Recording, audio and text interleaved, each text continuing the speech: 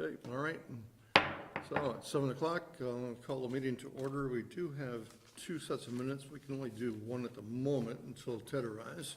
We can do the minutes of May 22nd, 2018. If there's a motion. I move to approve the minutes of May 22nd, 2018 with any amendments thereto. Is there a second? I'll second. And then page 1.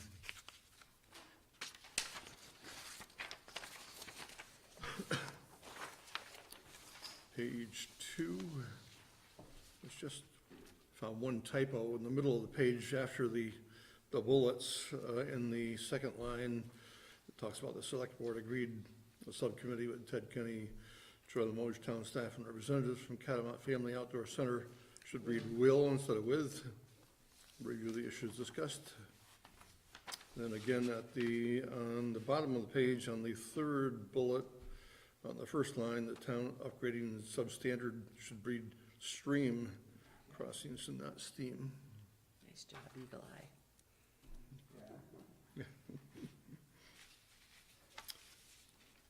Anything else on page 2? Page 3.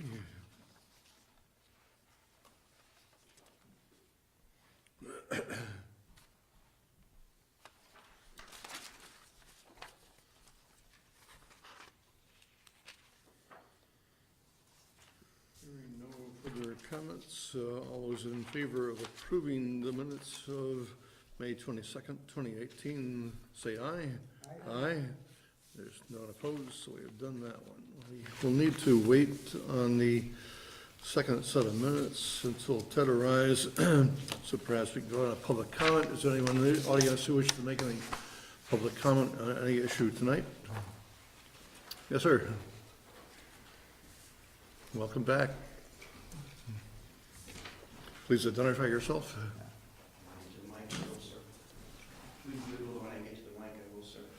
I'm sorry, I can't hear you. I said when I get to the mic, I will, sir. Yes, but that's the rate, it doesn't amplify the at all, it just. It doesn't amplify, so just give it a little. Yep. Simply going to talk into it. My name's Jeff Atwood. I live at 146 North Williston Road. I'd like permission to approach Miss Joy Limoges and give her a couple pieces of paperwork. Is that okay? Sure. You can share it with your other members if you read it. Thank you. Look at it. I'm here tonight about affordable housing. Unfortunately, I've been here for 10 years speaking about affordable housing. And today, 10 years into having the state's first approved growth center, there is still 0 perpetually affordable homes for ownership. And the two main developers in that growth center, one of them is the head of the DRB, and his partner is Snyder Companies. Those gentlemen are going to build somewhere around 500 units, and they're not going to be asked, or they're not going to have to build a single perpetually affordable home for ownership. They're going to build a percentage of rentals, which that's great when Mr. Riley is charging $1,875 for 2 bedrooms and $1,500 for single bedrooms. And we're trying to retain the youth, and we're trying to build affordable housing in Chitlin County. They need 3,500 homes, and there isn't a single home in that growth center to date that will work for any of those children in that schoolyard that I'm helping to build a school for. Those kids will not have an opportunity to have any of that housing because it's at $300,000 to $450,000. It is an absolute disgrace when you have a man on the DRB that takes part in an affordable housing task force, when you have a state senator that's on that task force back in 2013, when you have a select board member on that task force, and then you have a weekend retreat on affordable housing in 2015-16, and you allow your head of your DRB and another man to build 350 some odd homes, and none of them are asked to be affordable. They're given all at market rate. Whatever happened to lead by example? Those kids in that school are being taught that. This is an absolute disgrace. It's shameful. Miss Ingram said it herself after that retreat. I've got absolutely no respect for these gentlemen in here, ma'am. They are devastating this community. The last 10 years are going to be so, excuse me, ma'am, I'm bipolar, and the last time we met, I was in the middle of a mania attack because of these gentlemen in this situation. I'm fine, I'm gonna try to settle down, I'm gonna get to my notes a little bit, but this is just ridiculous what's went on here. And I'm gonna do everything in my power to turn it around. This is absolutely ridiculous. We have a state legislator, the head of the select board for the last 10 years. Are you telling me that's what your colleagues expected? Did you vote on that legislation back in 2005, 2006? I was not there. You were not there. My goodness. I bought into that hook, line, and sinker. I came to this town, worst decision I ever made, because I wanted to build affordable housing in Chitlin County. I wanted to be a champion of it. I was gonna do it here where I've worked most of my life. I was gonna do it in a town that I lived most of my life, and I was gonna do it in a town where I grew up. This has set me back 10 years, but this isn't about my project tonight. I'll tell you about that the next time. This is about a growth center, the state of Vermont's growth center. You lured CCTA out here to help get it, and how many people are riding that bus? How many people would be buying it or riding it if you had 200 or 300 homes in there? You might even have some diversity and some color. You have totally missed the mark. Those men have made tens of millions of dollars, and you've got simply some rental units for this community? Sooner or later, somebody that's got some power, okay, or some real authority is gonna know what's went on here, and they're gonna agree like me. This is unbelievable in this state, in the state of Vermont. This is nothing more than a Western, a modern day Western, where you have a couple guys that own the housing, build the banks, build the hotel. Or let's call it American greed. We've all seen that show too. There isn't a single voice in this town over the last 10 years than Mrs. Ingram, or Miss Ingram, but we haven't heard from her for a couple of years. She's fallen right in line finally. This is the other voice right here. And I'm gonna keep coming here and saying it until I see some affordable housing that those officers can own. Are they worthy? Are your officers, Mr. McGuire, the officers that you represent, your staff down below, the public works, are they worthy of owning a home in this town that's affordable? Or just rental? Is that building some roots? Do you think if you put people 40 to 50, 60, 70 years old in that growth center, that kids 20 or 30 are gonna wanna come live here? They don't wanna be around us, they wanna be around kids. Youth. This is gonna sting. This is gonna sting this community, and this is really gonna sting Chittenden County. You blew a golden opportunity, 3 to 4% interest rates. You could have had 150 to 200 homes, because in that growth center is, last item, you build 20 to 30% affordable. You could have had 150 to 200 homes, $900 to $1,200 mortgage and taxes. And what do you got? You've got a few rentals. Bellevue, he won't tell me what's going on. I go in there to see him. He knows I'm looking and trying to figure out what's going on here. I don't know how many they've built. I know they're only rental. Okay? Have they met the 20 to 30%? Will you give me some answers? Because I don't trust these guys. I flat out don't trust them. You don't have a state legislator. You don't have people like this on boards and stuff and come up with zero. It looks dirty. It looks like a duck. It walks like a duck. I think that's enough for tonight. Thank you for my 5 minutes. But I'll be back throughout the summer. Are there further public comments from anyone in the audience? If not,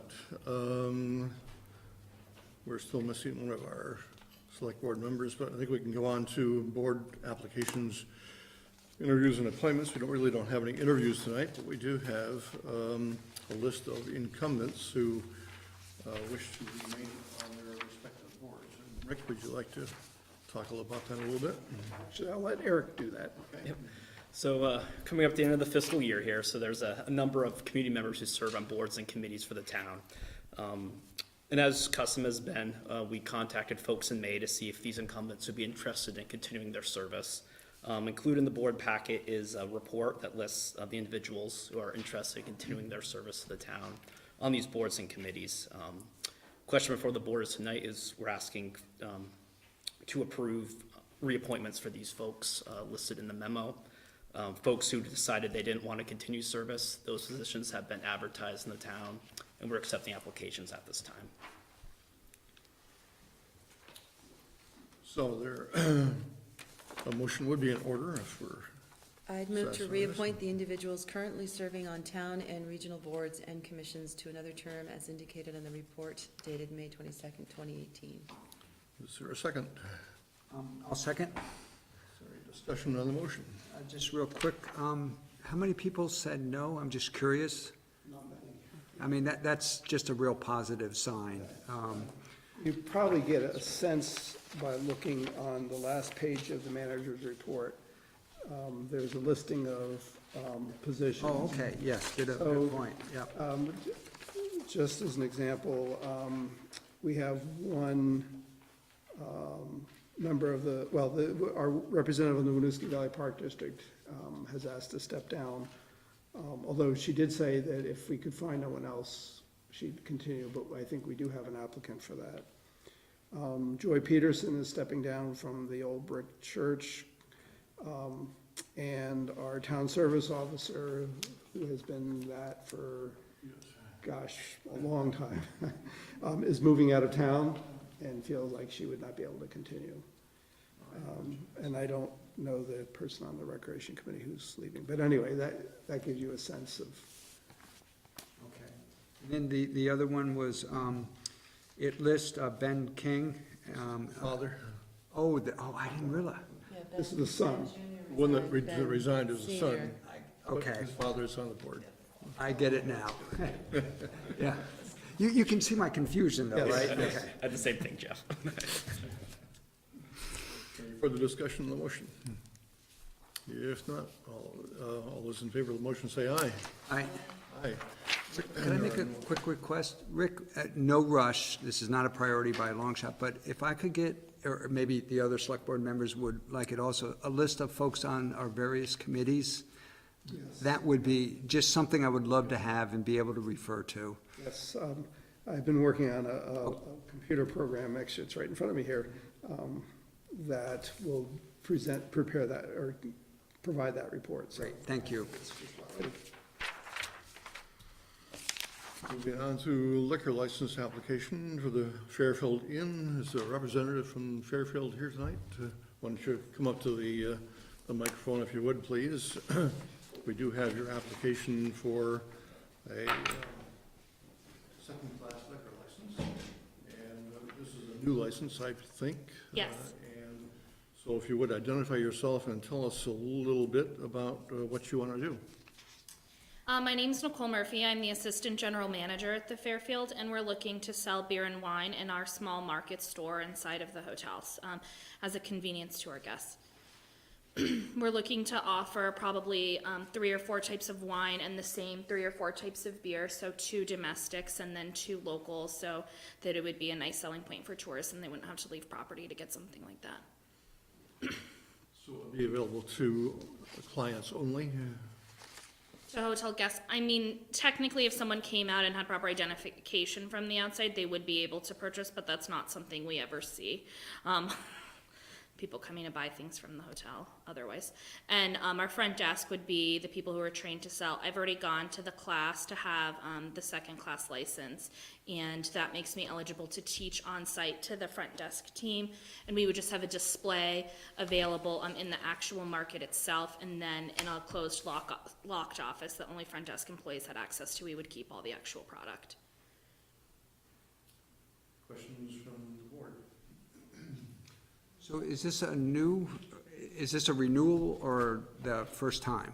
This is the first time. Okay, and this is relatively common in the hotel Yes. industry, for lack of better words there? Yep. So our hotel only offers breakfast service at this time, and since we don't have a lunch and dinner option, a lot of select service hotels are offering beer and wine on site.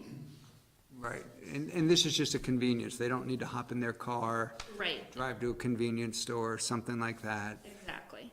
It's well monitored, your, Someone will be with it 24 hours a day. the staff are trained, Yep. will be trained. Okay, Our clients are gonna be very grateful that come and stay. Yeah. Very happy to hear this. I mean, it is true, you know, you just flew in, you're Cold, right, tired, right, it's it's a lot less cold, wine, and, okay. There's no further questions, then a motion is in order. I'd move to grant a second-class liquor license to Interstate Management Company LLC doing business as Fairfield in Burlington, Williston through April 30th, 2019. Is there a second? I'll second. Discussion on the motion. Hearing none, all those in favor of the motion say aye. Aye. And none opposed, so congratulations. Thank you very much for coming. Thank you. You're welcome, thank you. Next is a liquor license application for Jiffy Mart. Thank you so much. Thank you. And this is a change of owner, and Rick. I can take that, it's all right. Yep, this is, there's no one here representing, but this is a change in ownership. Jiffy Mart, located at 500 Essex Roads, being acquired by Global, Montello Group Corporation Global. Acquisition date is tentative for mid-July. So a new second-class liquor license is required for the establishment due to an ownership change. Staff has no issues with this. There's no proposal to do anything different than they're doing right now. In fact, it's my understanding they plan to use the same staff that they're using now. So I think that's what it said in the application. Yep. Any questions for Rick or Eric on this? The only question I have is I mean, it is a different owner, and is there any reason to have them in to talk to us? I No, would think not if the staff, if nothing's gonna change and everything's gonna stay, maybe you've got an owner that owns the business, but it's staff and everybody's going to stay the same that's running it. and would that include the manager of the, They said all the staff, now, Okay. just like any owner, I Yeah. don't disagree with it, but in the case where it's all staying except the Yeah. actual legal owner. and the other question I had is, I'm sorry, which is 500 Williston Road? Oh, yeah, it's, Shell station, yeah, Essex Road, distribution store. Oh, okay, all right. almost to the dam down there. Yep, I'm sorry, Essex Road, okay, yep, okay, okay. If there's no further questions, a motion would be in order. I'd move to grant a second-class liquor license to Global Montello Group Corp. doing business as Jiffy Mart number 441 through April 30th, 2019. Is there a second? I'll second. Is there any further discussion on the motion? Hearing none, all those in favor of the motion say aye. Aye. Aye. I'm sorry. And no opposed, good, so we've taken care Can't of keep that. up with you guys. Pick it up, pick it up. So moving into the stormwater loan agreement with Meadow Ridge, and Rick, I think you're probably This going to one talk on about there, that. please, we'll let Eric and Gotta go to my possibly James do that. James, all right, hey, okay. James is here, so we figured he can give a brief overview of the project to start, and then we can update you kind of where this stands for the board action pieces here. Good, okay. Yeah, I'm here for any additional questions outside of the great work Eric's been doing on getting all the documents together, wrangling all the various entities that are playing a part in what's going on here with Meadow Ridge. But as a reminder to the board, Meadow Ridge is participating in the Allenbrook Flow Restoration Plan. We are updating their stormwater system, and the town has been very active searching for grants for these residential neighborhoods that are trying to upgrade their systems. Even after getting refused one grant, we applied again and were awarded a grant for this particular project, or I should say what we're calling Phase 1, which is 2 of the 3 ponds. We submitted bids for this project, and actually the bids came in under what we were prepared to pay for and had grant funding to pay for. That bid is anticipated and hoped to be awarded to the lowest bidder.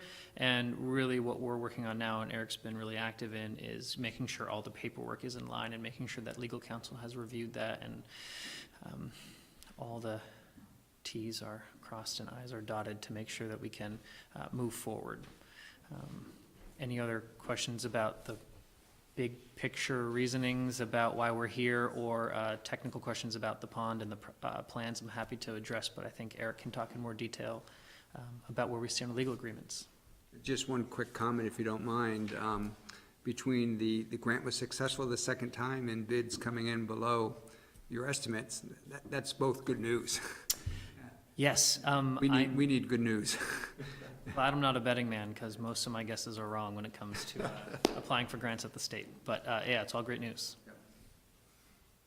So we're asking the board tonight, there's two items we're asking the board to consider taking action on. So Meadow Ridge is looking to have its loan financed 100% by the town, and that loan amount would be $338,705. This includes $16,800 in eligible loan expenses for project management from the consultant engineer on the project. So we're asking the board if it would support approving first the loan agreement, there's a copy in your packet, and also the escrow transfer agreement. Board may recall a couple months ago, it amended its stormwater loan policy so we could have this mechanism in place for Meadow Ridge, and if it came up again, where the town could supply the financial security by transferring money from the stormwater fund to the escrow fund. This is in place, it's retired 10% of construction costs as part of the development agreement, need that in place so the administrative permit can be issued. So we also need a mechanism to document that, so the zoning administrator could then issue that permit. So by approving this escrow transfer agreement, the board would approve that transfer of funds, and then we'd have documented that took place. So those are the two pieces the board's asked to take action on tonight. But what we've done is we've reviewed, staff's reviewed and the town attorney's reviewed the additional documents, legal documents that go with this transaction. Everything's in place except there's one piece we still need to work out. The town's requested an opinion stating that none of the restrictions reported in the title report affect the ability of Meadow Ridge to construct, operate, maintain, and repair the stormwater system.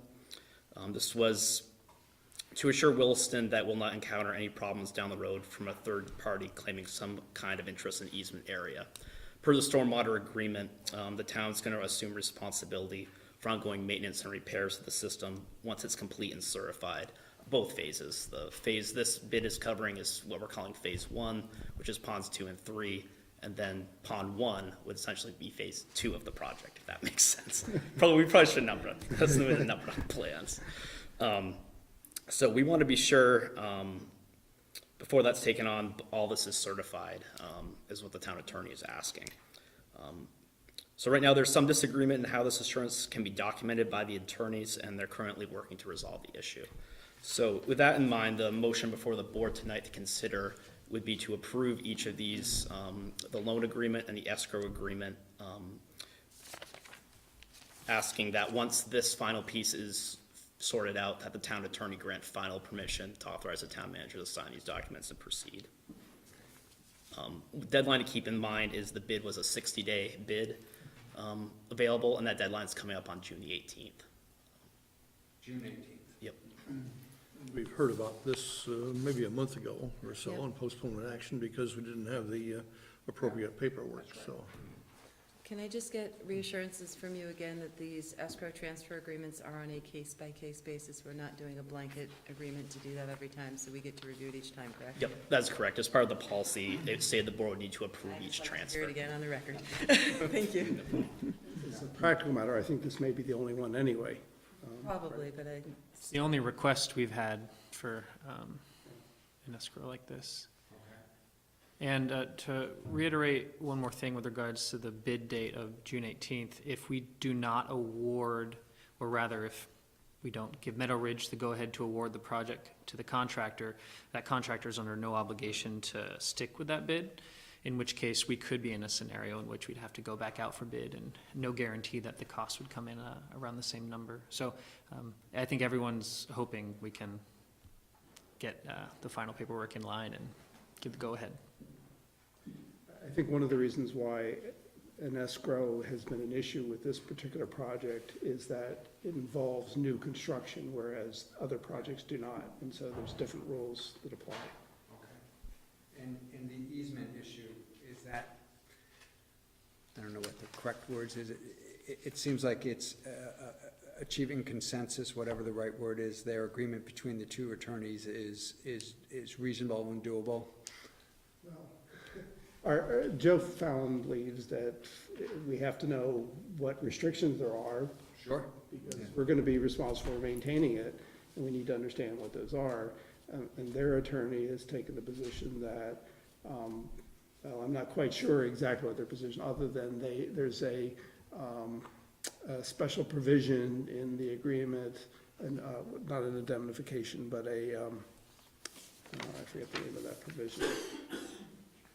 Anyway, and that does offer the town some protection, but Joe would like to have the additional information about what easements are and that they don't represent a barrier to us to maintain the system. Okay. And so, right now, both, the ball is in their court, essentially, because our attorney has written them a letter explaining exactly what we're looking for and why, and we're waiting to hear back. If for some reason there is an impasse, then it may end up coming back to that board, or to this board rather, and I don't know what form that would look like at that point. My hope is that the two attorneys will work out some sort of compromise or solution that is acceptable to both parties. I hope so too. The worst-case scenario sounds like it would be is the attorneys don't come to an agreement. You'll have authority to sign, but you will not sign. That's correct. And then we, in a sense, go back to square one about, because we'll go by the 60-day period, and the contractor could do everything from agree to hold the bid price for longer to, nope, it's done and gone, I want to work out, not want to work elsewhere, but I got other work, and we'll just, okay. Just to make sure I was And I understanding. suspect what you're gonna find, this is an engineering thing with some of the state, with the wastewater permits and on and on. I would wager that the worst-case scenario, if you can't come to an agreement, is you get an amendment to the permit that specifically addresses that concern. Okay, oh, interesting. All of Yeah. which is doable. Yeah, I don't know okay. what the attorneys are discussing, but that's what I would be looking for, Yeah. if I was looking at this. Interesting question. Do they have a wastewater permit? I guess they do. Well, they're big though. But never mind, I'm sorry, It's that's a all governed detail. now. It's all governed now Yeah, by that, so yeah. okay. All right, I'm good. Any further questions? There are two motions recommended. I would move to authorize the manager to sign the stormwater loan agreement and related documents for a loan in the amount of $338,705 with the Meadow Ridge Homeowners Association after approval to proceed by the town attorney. Do I have a second? I'll second. Is there discussion on that motion? Hearing none, all those in favor of that motion say aye. Aye. There are no opponents, so moving on to the second motion. I'd move to approve a transfer from the stormwater fund to the escrow fund in the amount of $32,190.50 and authorize the manager to sign the escrow transfer agreement with the Meadow Ridge Homeowners Association after approval to proceed by the town attorney. Is there a second? I'll second. Is there discussion on that motion? If not, all those in favor of the motion say aye. Aye. There are no opponents, so congratulations, thank you very much. Thanks, James. Thank you. Hopefully you'll hear back from us again. That would be nice not to. So moving on to the Chitlin Solid Waste District budget, and we have the general manager, Sarah Reeves, and our representative to the district, Craig Abrams, tonight to talk about two things, one about the budget and one of it give us a general update on the activities. Welcome. Thank you very much. I appreciate your time, and thank you again for having me. My name is Sarah Reeves. I'm the general manager for the Chitlin Solid Waste District.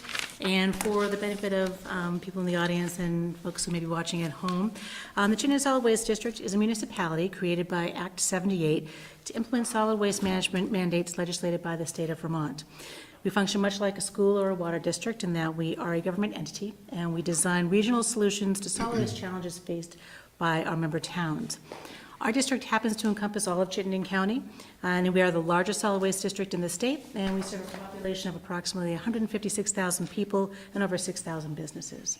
We are governed by a board of commissioners, volunteers, who are appointed by local select boards and city councils. Our mission is to reduce and manage the solid waste generated within Chittenden County in an environmentally sound, efficient, effective, and economical manner.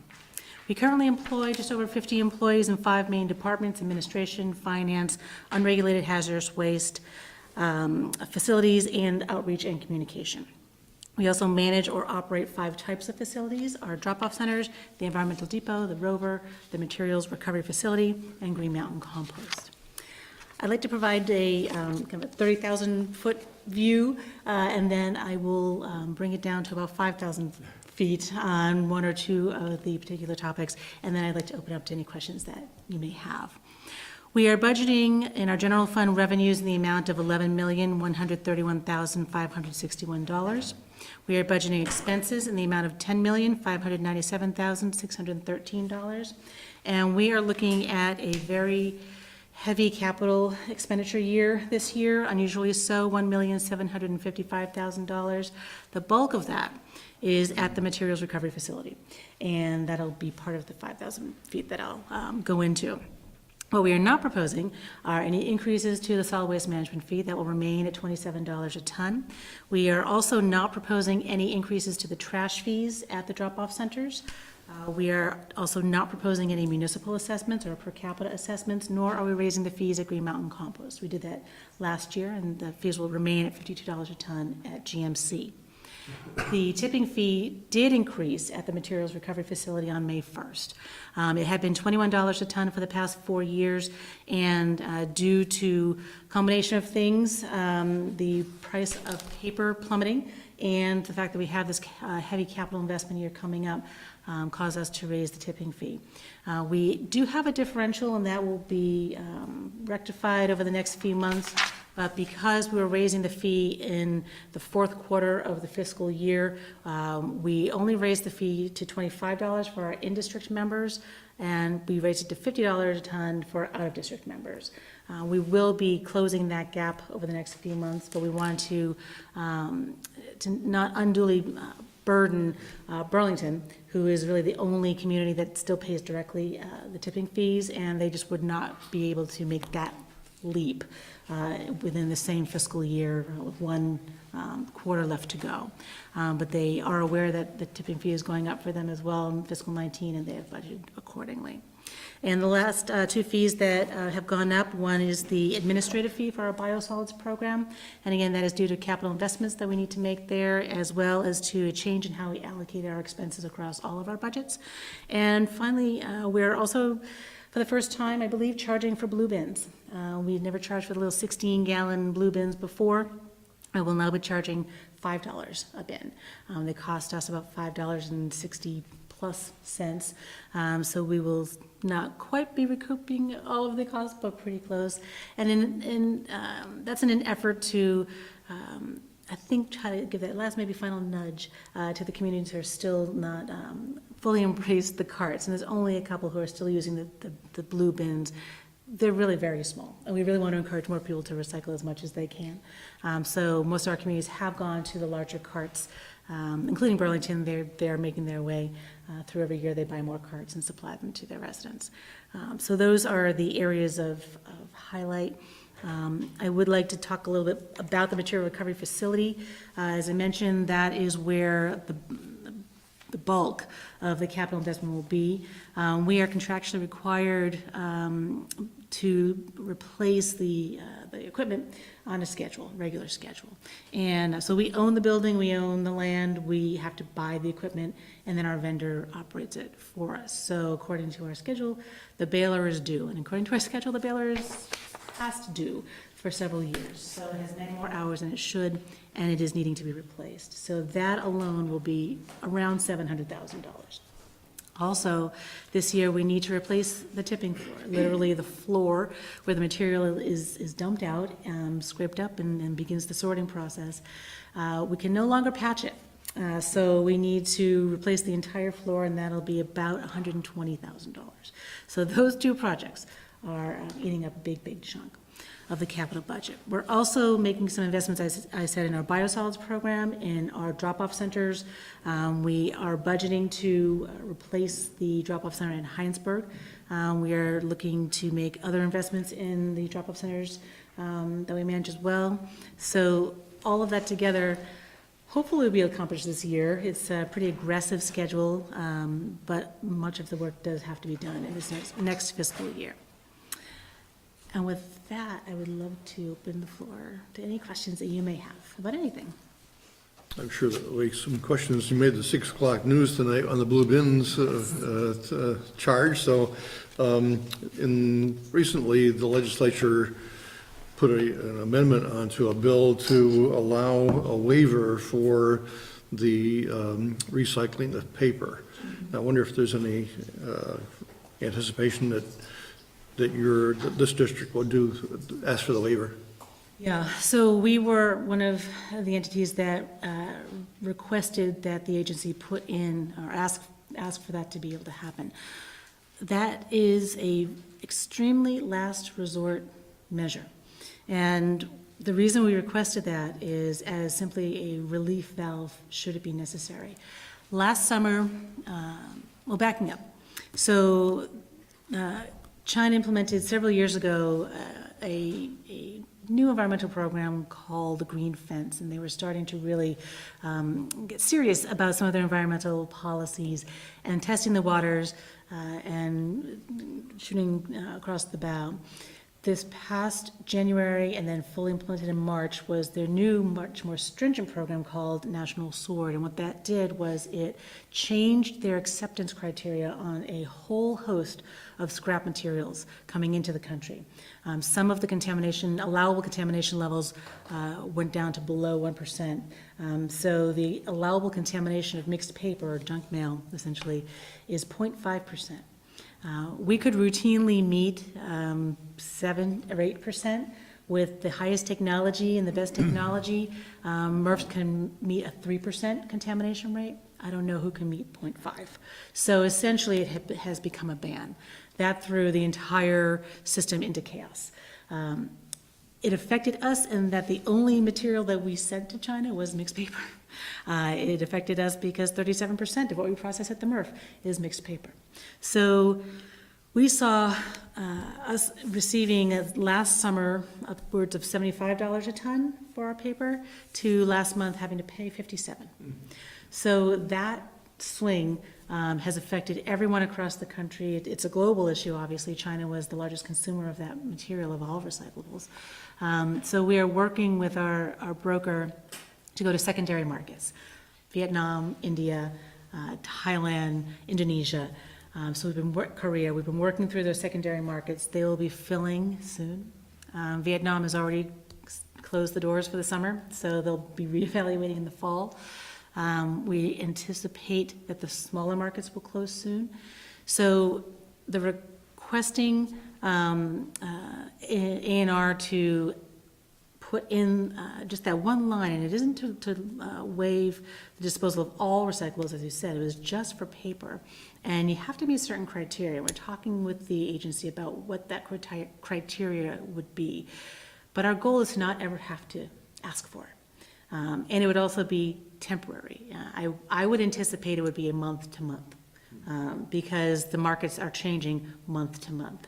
So if, for example, if the price to move paper to a market, to a broker, is $150 a ton, and it costs $125 to landfill it, I have to take the less expensive option for the district, unfortunately. But I would do that only, again, as a last resort and on a 1-month basis, and I would reevaluate again.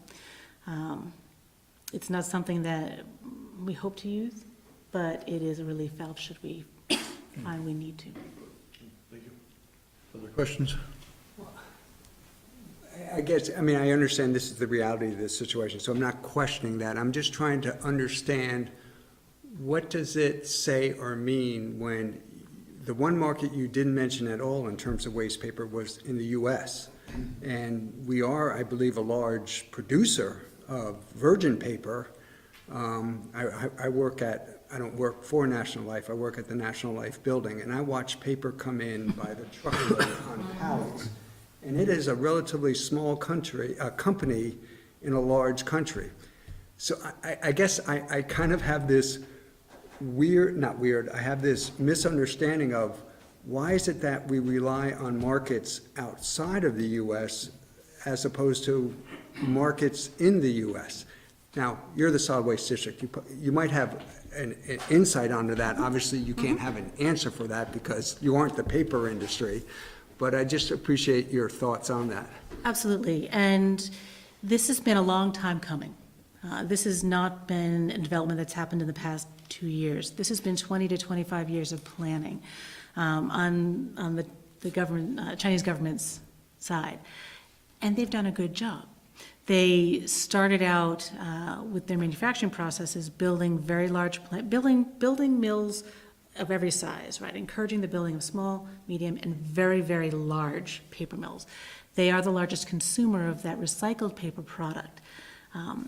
Because their ability to run their companies at a very low cost, they were able to command or pay very good prices for the recycled material. So the recycled material followed the money. The money was in China, and little by little, the mills in the United States started closing. There are very, very few mills left in New England, as you probably know. We used to rely on mills in New York and Canada and Maine. There are no new mills in Maine. The one mill that may be reopening actually was just bought by a Chinese company. So China is now starting to invest in the United States in some of these more recently mothballed mills.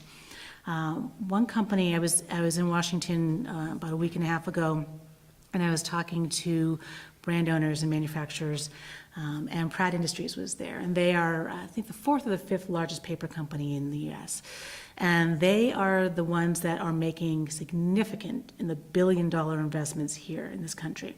So there is some hope, and I spoke with the vice president of sourcing, and she was telling me that they still want mixed paper. So you better believe that I have her business card, and they do have plants in New York, so I will be absolutely looking to try to utilize whatever we can, as close as we can, to be able to move our material as long as it meets their specifications. And that was part of the issue as well. China was taking everything in any condition. The U.S. plants were more picky, as they should be, and as China should have been all along. So now what this is requiring all of us in the industry to literally clean up our act. So what I want to do by making this connection with Pratt and working with our customers, we sell to Canusa Hirschman, we have local customers, getting a better handle on their specifications, talking with our vendor who's operating our MRF, making sure that we are meeting those specifications, and if we're not, why, and finding out how we can. I see this as an opportunity. You know, we have an opportunity to be able to take advantage of these investments that are coming down the road. We just need to make sure that we're set up to do that. This is going to be another 2 years of figuring this out. While Pratt makes their investments, while Canusa takes a look and sees what they're doing, International Forest Products will probably follow, International Paper will follow. If Pratt does well, everyone else will jump on board, and we'll see more capacity, particularly in the Northeast, within the next 2 to 3 years. We, the district, need to be primed and ready to move our material there. We're not there yet, so that's my goal for the next couple of years, is to make sure that we have in place what we need to take advantage when that opportunity arises. Okay. On a constructive criticism note, if you don't mind, constructive comment note, I'm an engineer, and what would have been really helpful for me is kind of a written summary of what you did as your introduction. What happens with me is I look at this and I see numbers, but I don't understand them. You need to, I shouldn't say you need, it would be helpful for me if you could pull out information like you mentioned what the overall budget was, what you need for revenue, what you would like for revenue coming in versus what you see your expenditures as. How much your FTEs are increasing. those types of things, that, just the kind of the bulleted list of those things would have been very helpful for me. I dig through this and I just can't pull out that information easily. And plus, you know, I received this, I think, on Friday. I didn't really spend any time on the weekend. Had it a month ago. What's that? You had it a That's month right, we had ago. it for a while, but it's just not possible for me to do that. I did want to talk to you about, there are some comments in here where you talk about the solid waste management fund. And you mentioned that it isn't increasing, but you also seem to indicate there are changes that are going to be happening to it. And I want to there's a comment in here that says minimizing our reliance on the solid waste management fee will be our priority. And I want to understand that because it sounds to me like, if I interpreted this correctly, you'll be only focusing that revenue on a certain part of your operation, where in the past, maybe it was used more broadly. And so one way to look at that is, I think I got your point about it's a way to help us understand how our operations are running, you know, where are we really spending the money versus bringing in. But the other way to look at it is that you're keeping the fee small, but you're also using it for a smaller piece of your budget. So where does that other revenue come from to run those other pieces? Those will actually be increases, kind of, won't they? Maybe I'm getting the picture wrong. I don't know. But I'm trying to understand that. And a bit of it is if you could, this may not be able to be done real briefly, but as briefly as possible. What is the history of the solid waste management fund? And what I mean by that, what was it meant to do? And what are you changing it to now? I'm going to start there because that's a great question. And it leads to one of the other projects I will be bringing to my board this summer, and that is our charter. So when I look for guidance on historical things, I go back to the charter, and I look there first. And the last time it was amended was 1992. So before my daughter was born was the last time it was touched. And things have changed, as you can imagine. So when I look at the charter and I look for exactly that, what can this management fee be used for? It's quite vague. On the one hand, that's good. On the other hand, that's not so good. So there's not a lot of guidance as to what it historically was supposed to be used for, other than operations in general. So I think over the years, the district has probably simply used it as it needed to get programs going, to subsidize operations, to whatever was needed to run the district and administer the district, which is appropriate. What we mean by trying to minimize the reliance on that is to properly price our goods and services, just like any other business would properly price their goods and services. What we need to do is focus on what are the costs of goods and services and making sure that we know per ton exactly what everything costs to do in the district. We don't have as accurate an idea of that as I would like. So we're focusing this year on streamlining our finances, simplifying our operations, becoming more efficient where we can, so we can get down to that bottom line number and say, okay, per ton, this is what this costs. And whenever the inbound revenue was not enough, we would subsidize with the solid waste management fee. And the goal to minimize the reliance on that is so it doesn't keep going up and up and up and up. Essentially, it's a trash tax. So if we want to maintain that support at a certain level, we have to recognize that there are other areas where we can receive revenue, whether it's tipping fees or sale of materials, et cetera. So we're looking to where can we maximize those, still keeping a good value, and that's the other thing too. It's not a shifting of the cost necessarily, but there are some items that we don't charge our customers for, and there's always a cost. Recycling isn't free, composting isn't free, but making sure that the cost is directly related to what does it cost us to actually make this product, run this operation, and what is necessary. So we're trying to, we are looking at what is critical to the function, what do our residents and our members want us to do, and how do they want us to do it, to what extent, and just going through all of our infrastructure. We started that conversation with Green Mountain Compost for streamlining Green Mountain Compost, looking for efficiencies.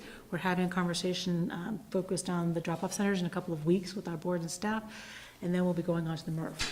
So looking at the big key areas where we do receive other streams of revenue so that we don't have to continue to rely on a trash tax to support operations. Okay. I guess, and I understand what you're saying, and I'm just gonna throw out, I don't know correctly how to put this. I think it's a good idea.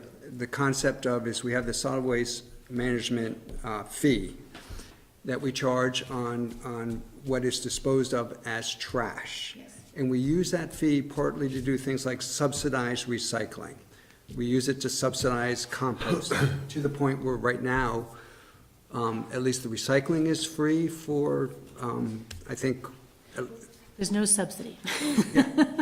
It's definitely not free. There's a cost. I get the point, there's a cost, but when I bring recyclables to the drop-off center, I don't get charged a fee.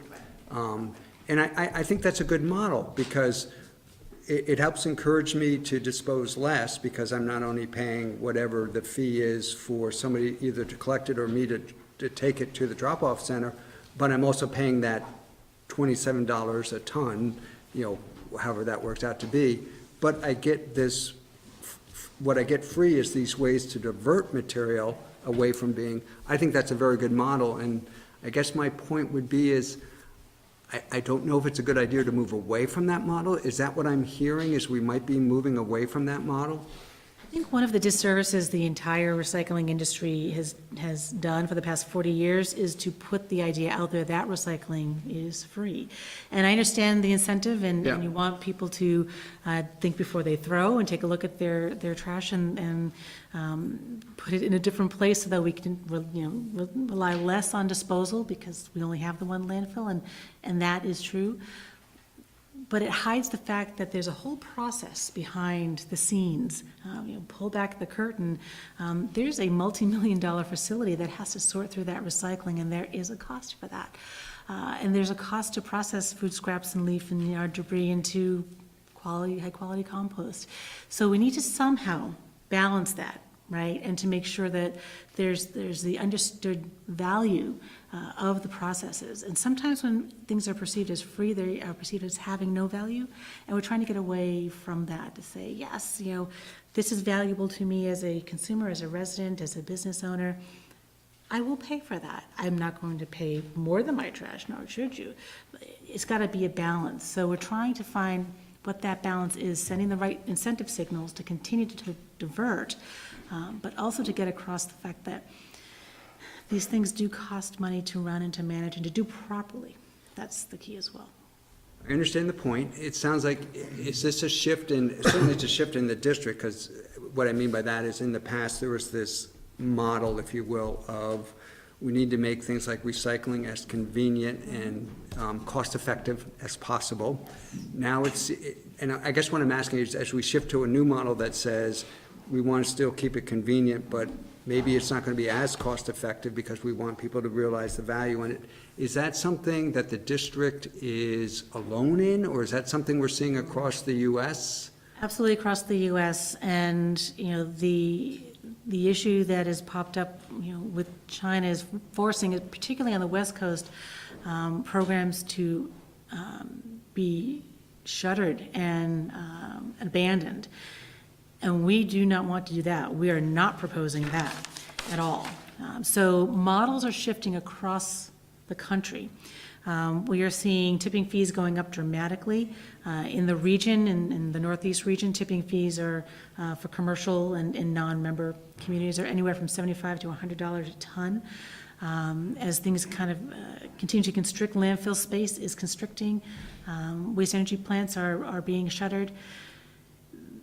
New models have to happen, and that was part of the conversation again at this meeting that I was at in Washington, was, the old ways are gone and they're done, and things are changing everywhere.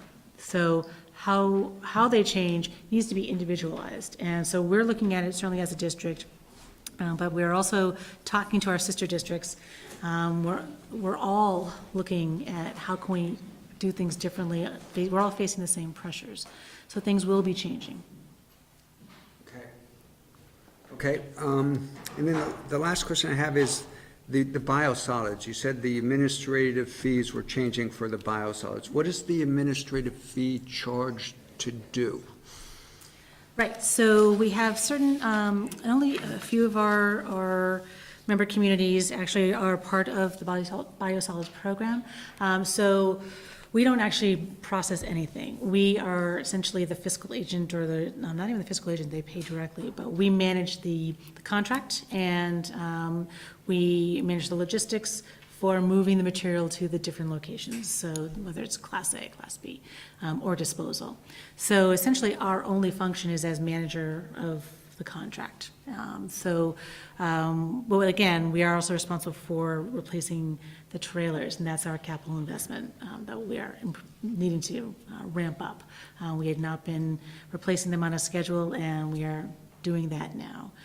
So it's managing the purchasing of the trailers, getting them out to the vendor, checking up on the vendor, making sure that they're maintaining the trailers properly, making sure that they're sending things where they need to go, that they're charging people correctly, et cetera. Is that cost borne only by the municipalities that are taking advantage or participating in that program? Yes. So, for instance, and I have no idea if the Tri-Town Essex wastewater treatment plant does or does not, it doesn't matter, but if it does, it is participating, if it doesn't, it isn't. Correct. In that cost, Yes, okay. yes. Okay, I think that's it. If there are no further questions, then a motion would be in order to approve the budget, if you wish to do so. I'd move to approve the fiscal year 2019 Chitlin Solid Waste District budget as presented. Is there a second? If not, I'll second the motion. Is there any further discussion on the motion? I feel like I'm in a bit of a quagmire tonight. Let me explain. First of all, there's only 3 of us. I wish there were other board members here. There aren't. My quagmire is that if I vote no, I have concerns. I'm not sure I'm a fan of the new direction the district is going. I may be in the future, I'm just not tonight.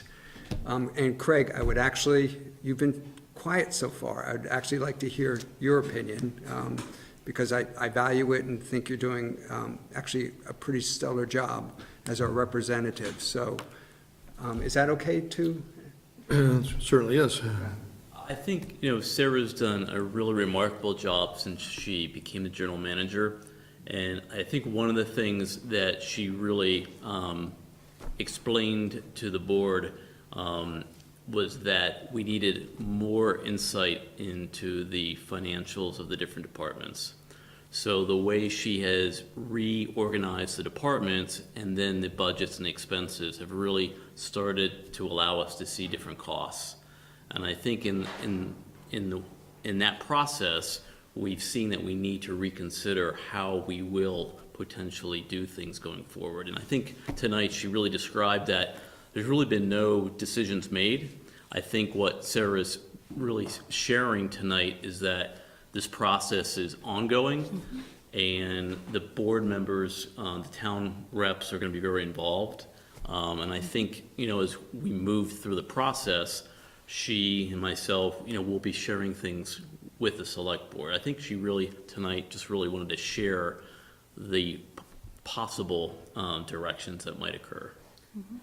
So can I ask a follow-up question? Is that okay? Would one of those options be that the solid waste management assistance fee, did I get the terminology right? Solid waste management fee. Solid waste management fee, instead of keeping it level, it is increased as a way to, I'm going to use the word subsidize again, some of these programs that are heavily used, partly because they are so cost-effective. In other words, I guess I'm asking if is that something that's off the board, or is that something? No, it certainly is not off the board. It's an interesting and different approach, and I think there would be very different viewpoints on our board. We have a pretty diverse group of. Difficult but good. Yeah, like, absolutely, and it makes for very, very interesting conversations, very in-depth and involved and very passionate. So there would be certainly a difference of opinion, I would think, in what you're suggesting, which is increasing essentially the subsidies to these programs. And that has not been met in the past, from what I understand, and I've, only been here 2 years, but has not been met in the past with great, not been embraced, I'll put it that way. Sorry, I Not missed, been embraced by, Okay, to, to overly. I think we're the third highest fee. I know that Addison County is higher than us, as is Central Vermont. And then I think we're number 3. So we're already up there. I think we also provide the highest level of service of agree with any that, yeah, district. yeah. Bar Steps and none. bounds, yeah. Bar none. And so the fact that we are able to provide the level of service to our residents and still maintain a modest solid waste management fee in the scheme of things, of what it costs, is a testament to all the work that happened before I got here. So that model has been good. But that's a very valid question to bring to our board, and Craig certainly can on behalf of the town, to say, there, and Williston is not the only town to bring this up in this budget session. So you are not alone in wondering, should we, continue to subsidize certain projects and programs over and above what we have been in the past. And again, for whatever reason, and we're not sure, trash disposed keeps going up. So we do have the volume, and so we do see an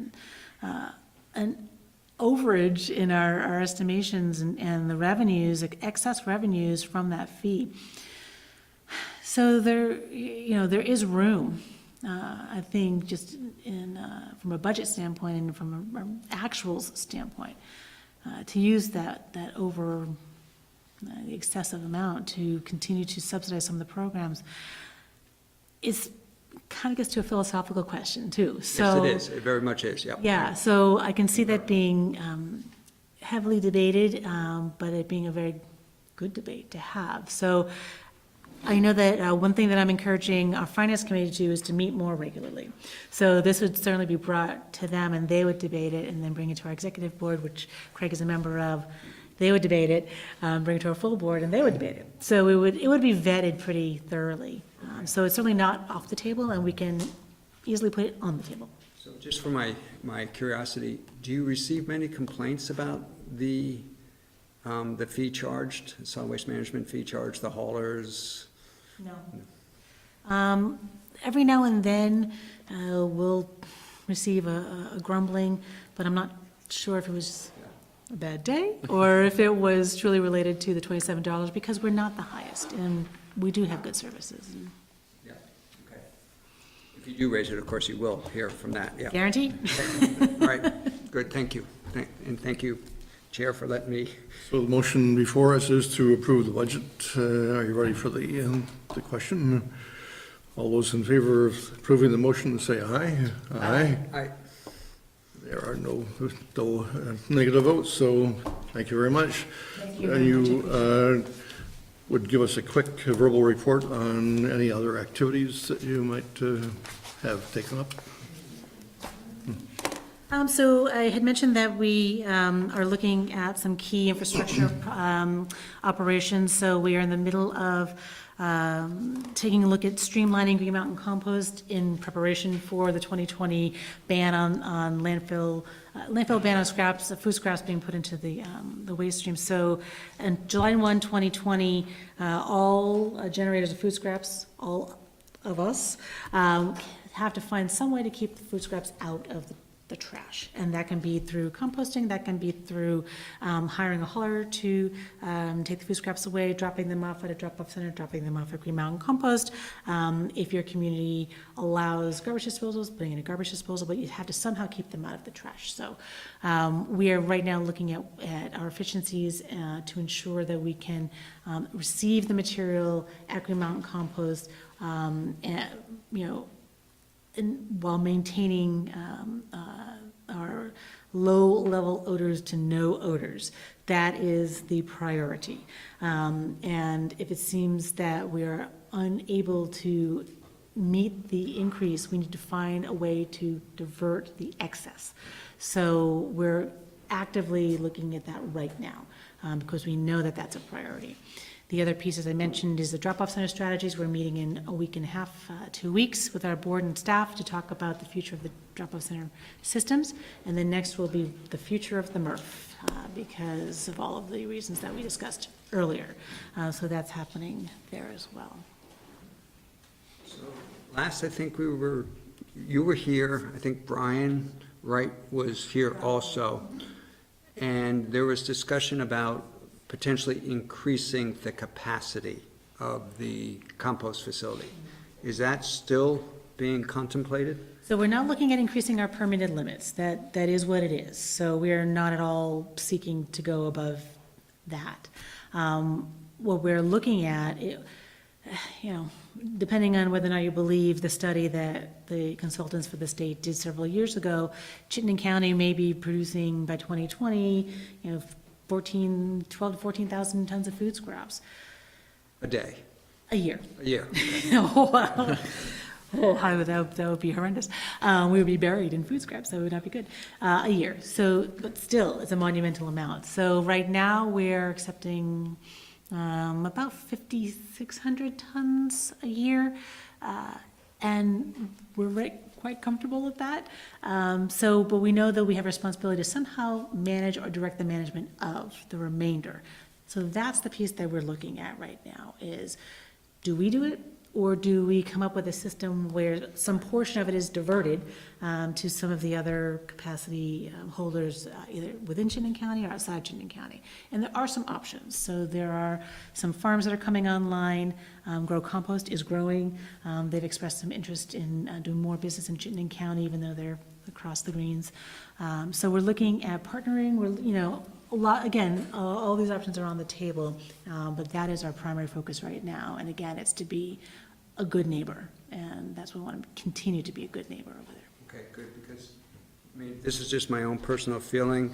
I think in the past, the district was very good at telling the town what it was going to do, as opposed to coming to town and expressing how can we work together. And as a member of the district, to be honest, I don't know how else to put it, that didn't feel very good. I can imagine.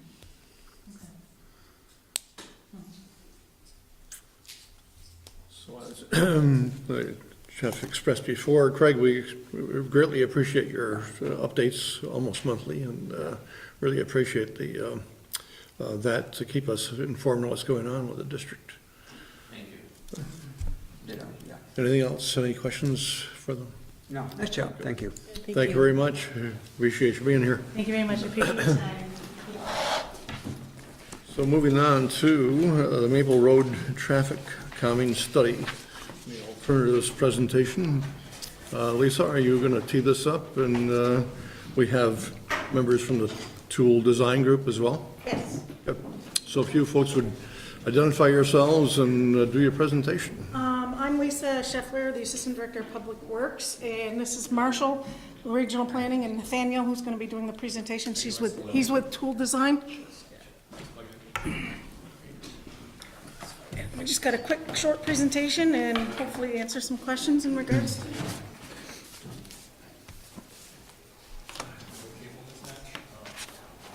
Oh, no. No.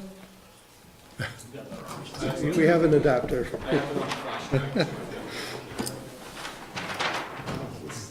This computer. One of these goes.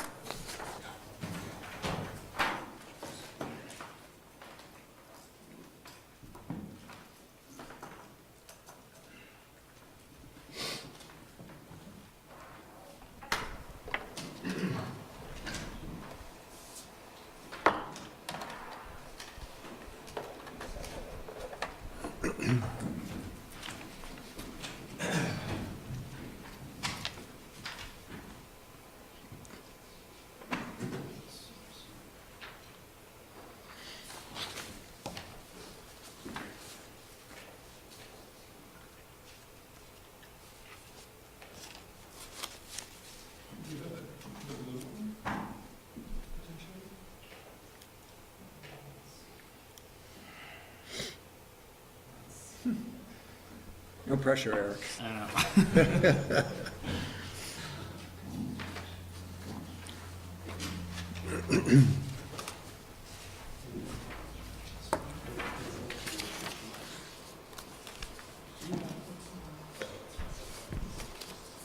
Mr. Chair.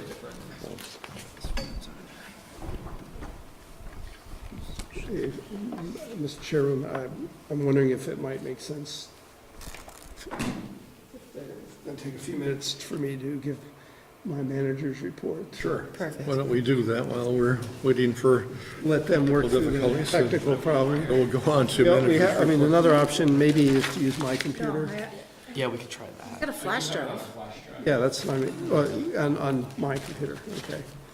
I will not. I also sent it So to we will proceed to the manager's report then.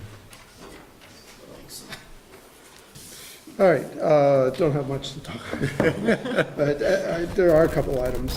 First, just kind of a follow-up report concerning our planning department. As you recall, recently we announced the promotion of Matt Belanger to the position of planning director due to the retirement of Ken Beliveau as director, and Matt will be starting in August when Ken retires.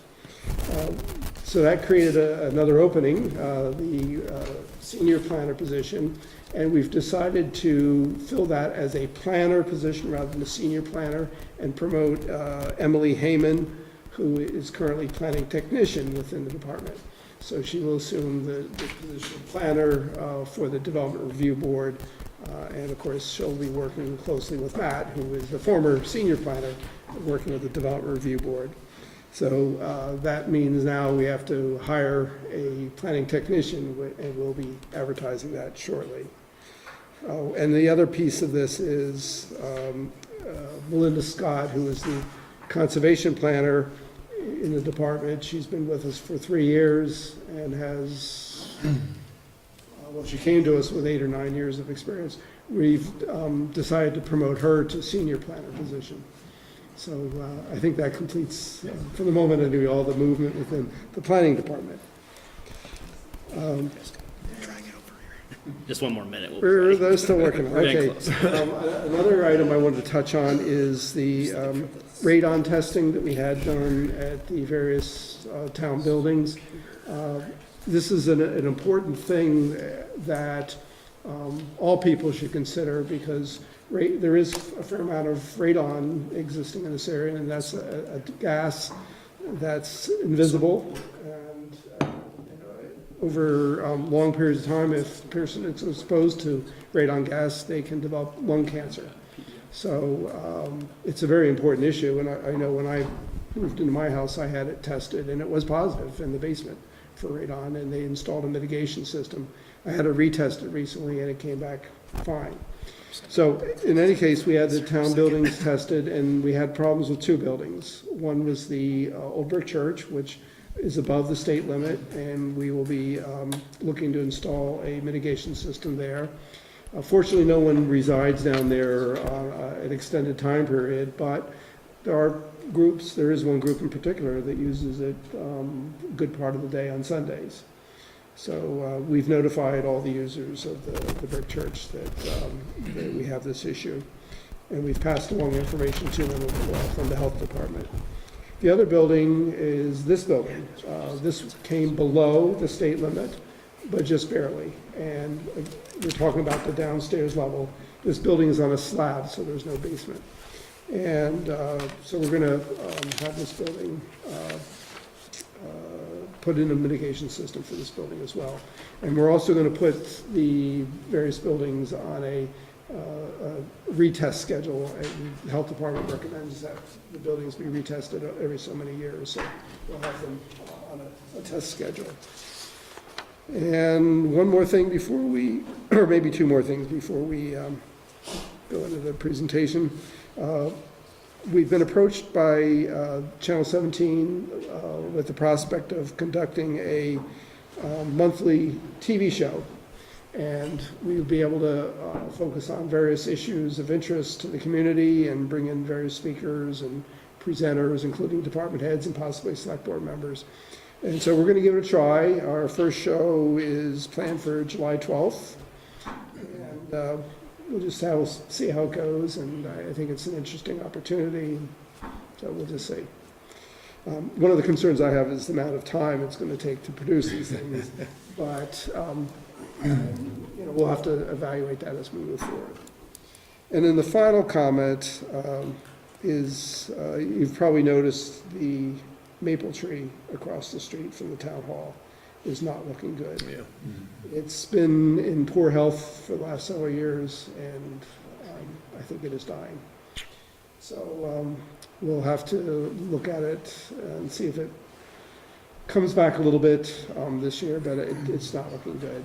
Fortunately, we have planted another maple tree on the other side of the sidewalk several years ago in anticipation that eventually this maple tree would pass away, but when we did that, we did not anticipate it would be this soon. And we'll be looking to put another tree somewhat near the existing maple tree. My thinking is that we'll probably put a different species in. I love maple trees, but with all the concerns about different pests and everything, I think it makes sense to try to keep a variety. And in fact, at one point, there's a photograph of the old brick church, and there's a bunch of elm trees that are in front of it. And maybe we can find an elm tree that's resistant to Dutch elm. And I have an elm tree in my backyard, so it seems to be resistant. It's been there a number of years. So maybe we can find something like that. But anyway, I just wanted to mention that. So that's all I had for this evening beyond my written report.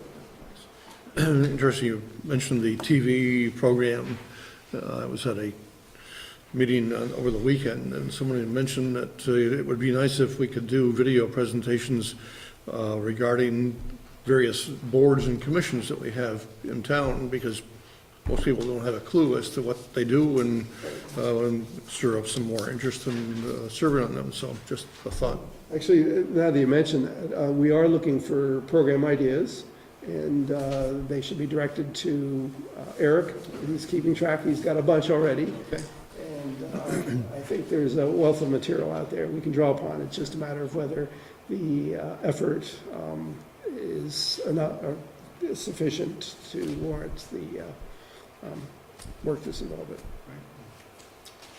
Thank you, Rick. Then we are ready, I think, for the presentation for the Maple Road traffic calming. All right. Okay, thank you everybody for coming. My name is Nathaniel Fink. I work with the Tool Design Group, and I'm presenting on the Williston Maple Road multimodal scoping study. These are the items we're going to cover today. The study is a collaboration between Chitlin County, RPC, the town of Williston, and Tool Design Group. We are a transportation planning and engineering firm. Should I speak? Okay, great, thank you. This is the project timeline to date. We held a kickoff meeting in October 2017. We had a local concerns meeting in this room in January 2018. In April, we hosted an online survey where we solicited community feedback, and tonight is the select board meeting. So I think probably most of you are familiar with the location of Maple Road. It is a approximately 2-block long street in between Old Stage Road and US Highway 2/Williston Road. It is a curbless, narrow 20-foot wide street, paved in asphalt and primarily residential in character. These are the existing natural resources and built environment. You can see that there are a handful of utility poles, fire hydrants, sewer covers, sidewalks, and some streams and brooks. So part of this type of project is developing a purpose and need statement to identify the purpose and need. And for this project, the purpose is to ensure that the design of Maple Road supports the safe and efficient movement of all modes of transportation while also retaining the neighborhood character of the road and supporting the needs of its residents. The need for the project is documented by resident concerns related to discouraging cut-through traffic, lowering vehicle speeds, and enhancing safety for bicyclists and pedestrians. Getting into the existing conditions here, the road is a local street, so that is the lowest on the functional classification scale. It's intended for local traffic. It's under town jurisdiction. The right-of-way is 3 rod, 49.5 feet. The paved width of the road is 20 feet, and the AADT, which is average annual daily traffic, in 2016 was 135 vehicles, posted speed limit 25 miles an hour. CCRPC conducted several speed studies on the road. These are the averages of those speed studies. As you can see, the north-south segment has the highest 85th percentile speed, which is still relatively low at 29 miles per hour. And the east-west segment has a slightly lower overall 85th percentile average speed. Can you describe what 85th percentile speed for anybody? Sure. So that's in transportation planning and engineering. That is a measure of essentially the speed at which the top 15% of vehicles are traveling, and it's used to assess kind of what the outliers are in terms of speed. So we also looked at the volume on the road. Again, this is relatively low. If you compare it to other roads in the area, it's significantly lower. The traffic, as we assess it, looks like it's primarily residential traffic as well as some school drop-off traffic. So based on the purpose and needs statement and in light of the existing conditions, we developed several different alternatives. These were presented in the community survey, which we will get to the results of.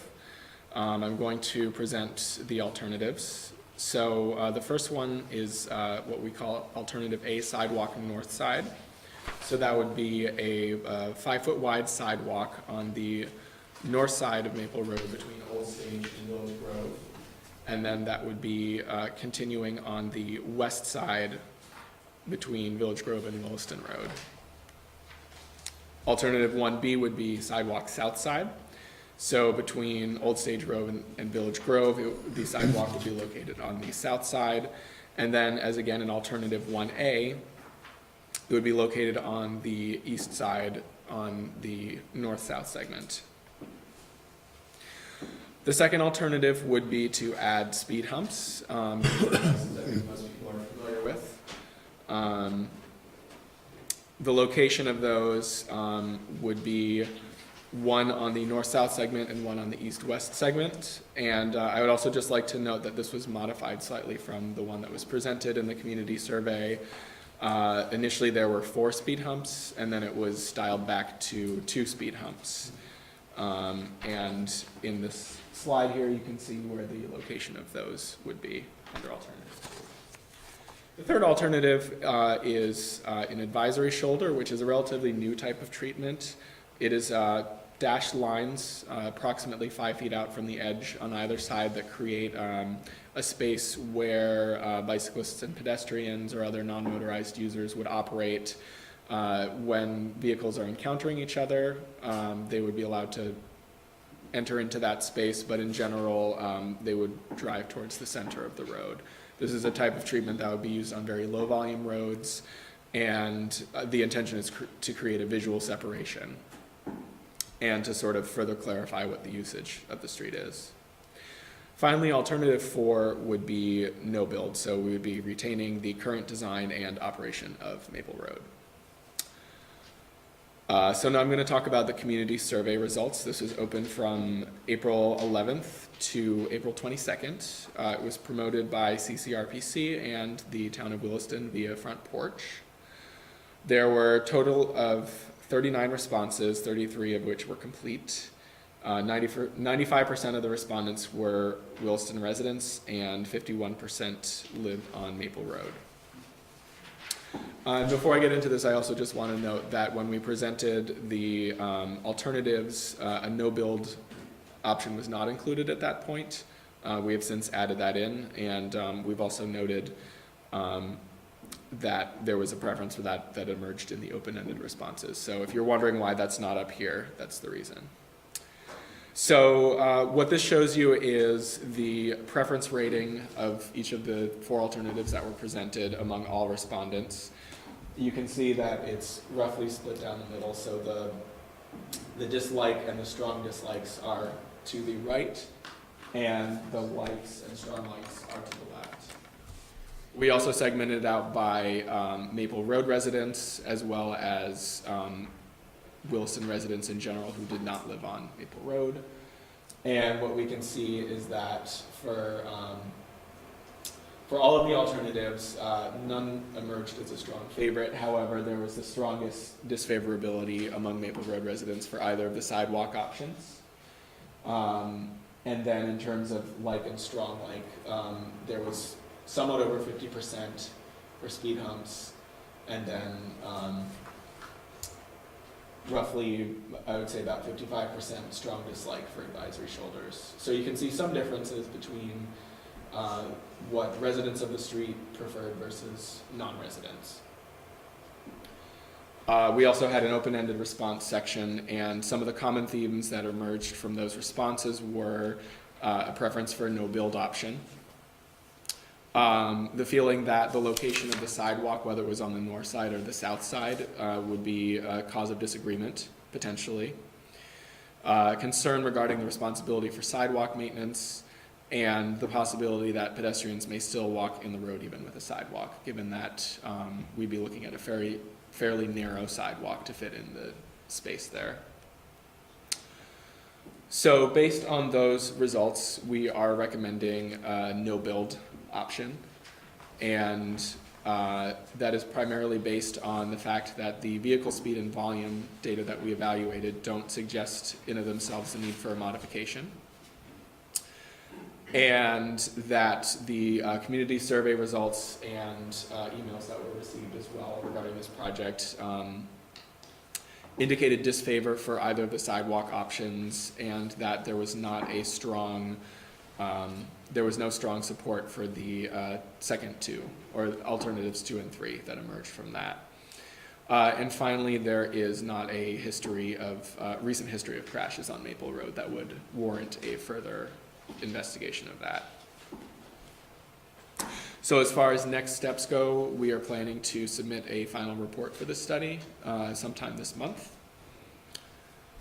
And now we'll open it to questions and discussion. So I know we have a number of residents here from Maple Road, and perhaps they have some questions or comments they'd like to make at this time. If you would, just identify yourself and... Well, I have one alternative that I wanted to present. It's something we thought of maybe a month ago or so ago. Could you just apologize for not. Could you identify yourself, please? Sure. Andy Dubeck. Yeah. I live on Maple Road. So if you imagine any T intersection, and I went on Google Street View and looked at pretty much, maybe not all of them, but most of the T intersections around town.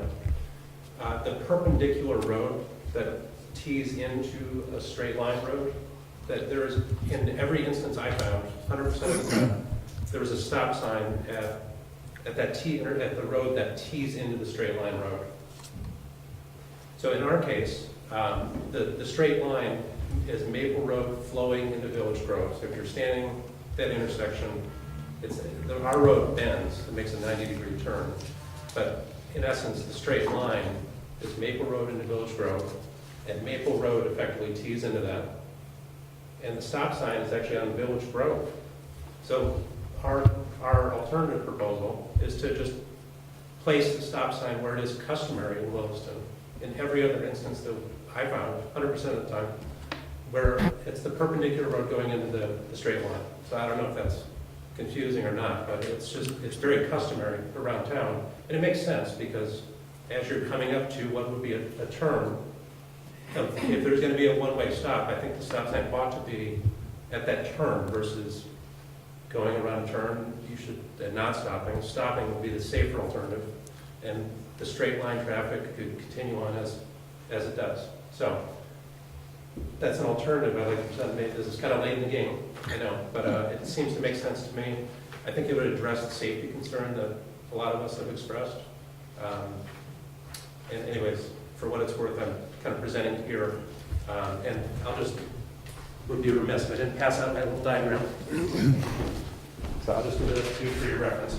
On the top are 4 examples of 4 other intersections around Williston that have this T intersection as I described. And you'll notice the stop sign placement. Sorry, Eric. And then on the bottom left is our current stop sign location.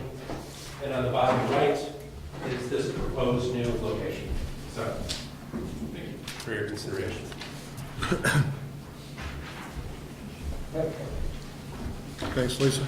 Sure, in response to that, as we've all learned over the multiple studies that we've conducted for traffic calming measures throughout the town of Williston, it is highly discouraged to relocate or place a stop sign without having a stop sign warranty analysis done on it. And currently, it's been brought to our understanding, because we discussed this with the design engineer, that most likely neither intersection will warrant a stop sign, given the amount of traffic generated in that area. Currently, there's 13 homes on Maple Road, and I believe 11 on Village Grove. I think that the MUTCD, which is the Manual on Uniform Traffic Control Devices, is which we follow, which is most municipalities follow. I think they state that the highway needs to exceed 6,000 vehicles per day in order to technically warrant a stop sign, and/or 12-month period, 5 or more such car crashes has happened over a 2-year period. As an alternative, if the board doesn't want to spend additional funding on a stop sign study for this intersection, MUTCD recommends maybe possibly yield signs out there for both intersections, but. Can I just respond to that, if you don't mind? Sure. I think if you did a traffic study, I pick out 4 intersections here deliberately as very local, just low density, normal neighborhood roads. I bet if you did a traffic study on these 4 examples, and most of these freeway to intersection examples, they wouldn't have that volume of traffic either. So again, I'm presenting this alternative. It's just something very customary and normal in Williston and at a T intersection so I'm just, it was just a thought, and I'm not a traffic expert here, but I believe this intersection is a little bit of an outlier, and I think this would address, most importantly, would address just the safety concern of the cut-through traffic. People who are predisposed to cutting through are probably driving a little more aggressively than most, and just have them stop where they would normally stop anyways at a T intersection. So, anyways. Also discussed amongst the committee, stop signs are not used for traffic calming measures, and they're very discouraged as a traffic calming measure. I just wanted to make sure that everybody's aware of that. So would you know, oh, I'm sorry. Tom? My name is Tom Mark, I live on Maple Road. I certainly don't want to spend more money on another $30,000 studying traffic signs. I think, it's true, there's only 11 houses on the road, and it doesn't meet the federal standards for highway volume and all that kind of stuff. But what I can tell you is that it is a thorough way for grade school kids walking to and from school and biking to and from school. There's enormous amounts of kids on that road. And because of the nature of the road, because it is less busy, they tend to sort of be all over the road. And when you're on that road, my experiences for my own 3 kids is that I found the speeding thing's really fascinating, because they are also, the speeds were so, seemed relatively low, but there's just been numerous times where either a motorcycle or a truck or something goes speeding around that corner. Because it is like a 90-degree turn. And it's scary. And because there's been no accidents, you know, I think as a parent, my kids are all teenagers now, so I don't really worry about my kids anymore. But with all these other little kids on the road, I think the town is courting a disaster there for some family and some child. And I don't think it requires a study to figure that out. It's sort of a common sense kind of thing.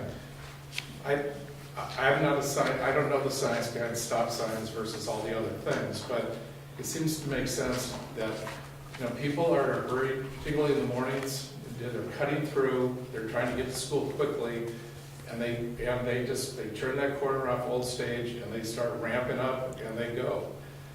And they go around that corner. It's a 90-degree, almost blind corner. And they have a stop sign there. Forcing people to stop would mean that they can't just keep speeding up. They have to stay slow, stop, look and make sure there's no kids or anyone else on that relatively blind corner, and then go. And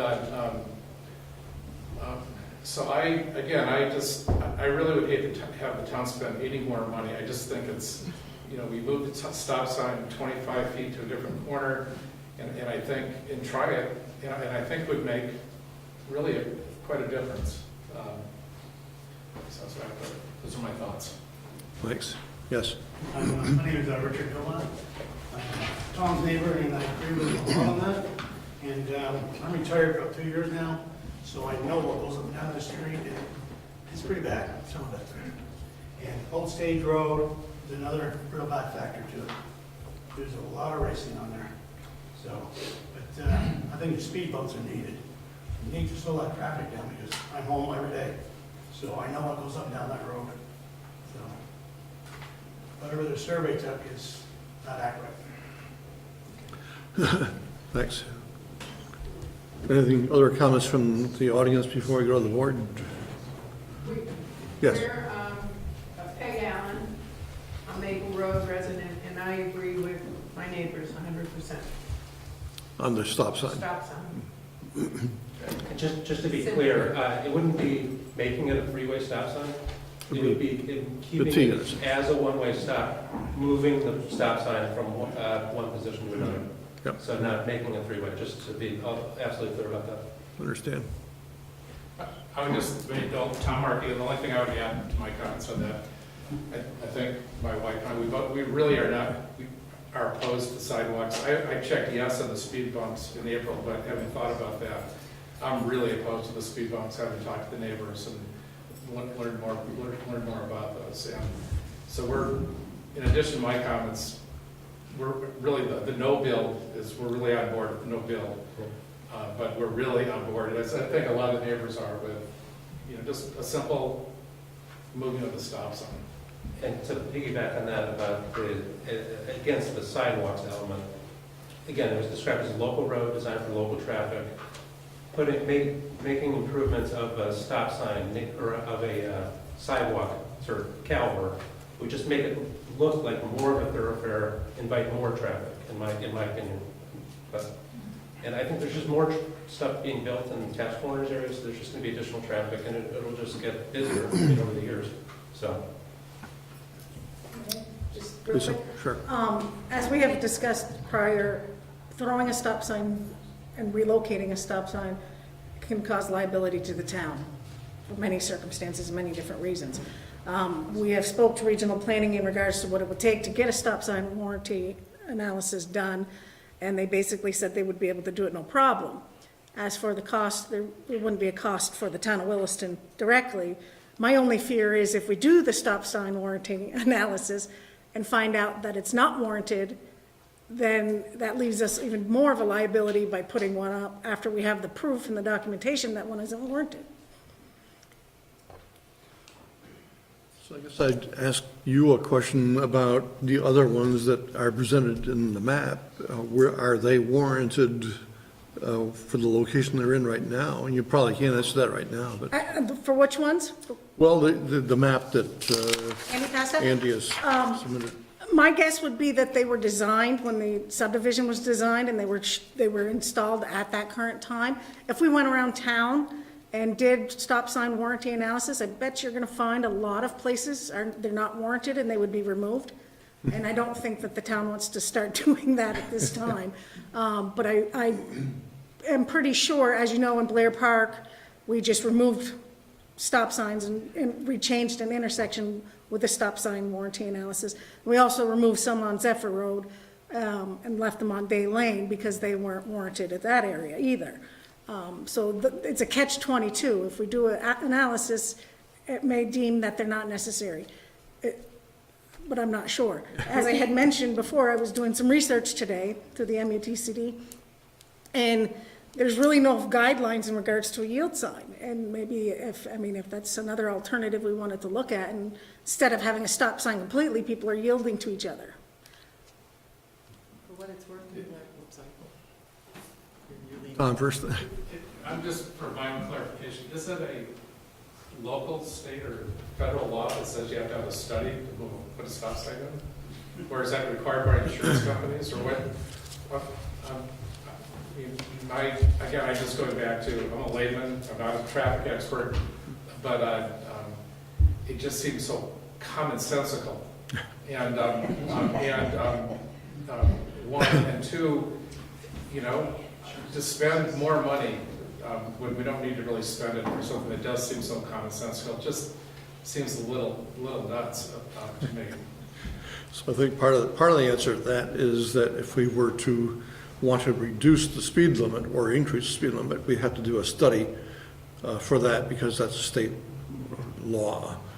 I'm not sure about the rest of it, though. Yeah, I think. So sure, I can address that, and thank you for presenting this this alternative. Things like stop signs, traffic lights, these are subject to the Manual of Uniform Traffic Control Devices. This is a federal document. Many states have their own interpretation of it that get into specifics around certain traffic thresholds that need to be met for the installation of a particular device. And I think it would be important to point out the distinction between a stop sign, which is a traffic control device. It's meant to mitigate the interaction between vehicles, versus something like a speed hump, which is a geometric change to the road intended to actually slow down the speed of cars. The reason that there are these requirements in place are to create standards and within the transportation planning and engineering industry to ensure relative uniformity across all applications, so that drivers who are driving in one state or one town don't encounter radically different conditions in another place. So there's some logic behind why a stop sign would or would not be warranted, and why it needs to follow certain protocols to be justified. And speed bump, would that have to follow everything the same? Speed humps typically are installed following traffic studies, so looking at speed and volume, and also in consultation with the neighborhood and their desire to have any particular traffic calming devices. In some cases, there's a very strong desire for it. In other cases, there's a strong desire not to have one. It really, a traffic engineer would kind of look at that a little bit more holistically around whether, there's community support, what the classification of the road is. So if it's on an arterial or collector road, such as the main road out here, then you would not necessarily want a raised traffic calming device like that. But on a local street where there's support from the community and where there's some traffic data suggests that there's a speeding problem, then a speed hump might be warranted and recommended in that case. Sure, you have a question? Uniformity sort of issue. I mean, I totally agree. I think there should have to be uniformity. And I think this diagram, I don't know if it's doing it justice or not, but I think my goal was to illustrate that I'm proposing, that this were, some of us are proposing to have a uniform solution that's very consistent around town. So I think this would, people come up to this T intersection, they would expect to stop in this instance because they're stopping at similar T intersections around town. So I think this makes a lot of sense because it's simply adhering to other maybe all T intersections, I didn't look at all of them, but certainly 100% of the ones I looked at around town. So the uniformity part was definitely top of mind as I put this together. Joy? Just a couple of comments, just because I feel like I had to. Blair Park, I worked there. It has been so much worse since that, it's so much worse since it was changed. In what way? The way the traffic's going through and how much speeding's going on. So I was always like, why did you move that stop sign? It had a lot of control, and then when you did, now it's worse. I also, just in support of the neighbors, I mean, you've got a beautiful street. I would hate to see a sidewalk going down there and ruin, it's just this little hamlet that's absolutely beautiful, and to do something like that would just destroy that street, sorry. I'm not sure that a speed bump is either, so I have to agree with Andy. I mean, to me, it makes so much sense and doesn't cost a lot of money. You're using a lot of resources I don't understand, and by nature, I stop there when I go through. There's not even a stop sign and I stop there. So I guess I'm not understanding why something that's not costing a lot of money, that isn't requiring major changes, infrastructure, whatever, can't be tried or done. I'm just a little lost with that, so rather than some of the major things that are being proposed. There's definitely some geometric issues with Maple Road where it makes that turn. It doesn't come in as a direct T, so the way that it kind of curves, you would probably need to remove some pavement, and I'd say you couldn't just change the location of the stop sign. You would have to do a study, and I would probably recommend that you modify the intersection. Or even if you added a yield sign, like you said something about adding yield signs doesn't do that same thing, so leave the stop sign and add the yield sign, anything that causes people to start paying attention at that corner. Again, I'm just thinking of, if it doesn't require a whole bunch of major changes to a really beautiful road, I don't understand why we would. Yeah, I mean, I definitely understand that there's, logically speaking, if you look at the other examples presented, it would seem to make sense. However, as industry best practice, it would not be, certainly for us, we would not recommend the installation of a traffic control device or the moving of a traffic control device unless it was warranted by the vehicle volumes present, which, based on our preliminary analysis with the data from CCRPC, just does not suggest that a stop sign would be warranted at that location. And one thing I would also note too is we sort of look at it as a T intersection of the sort of north-south and east-west. My understanding is that Village Grove was built well after Maple Road, and that in some ways Maple Road represents the through movement. So in some ways Village Grove is actually teeing into Maple Road. The primary vehicle movement, I would assume, is going through on Maple Road. Primary cut-through traffic.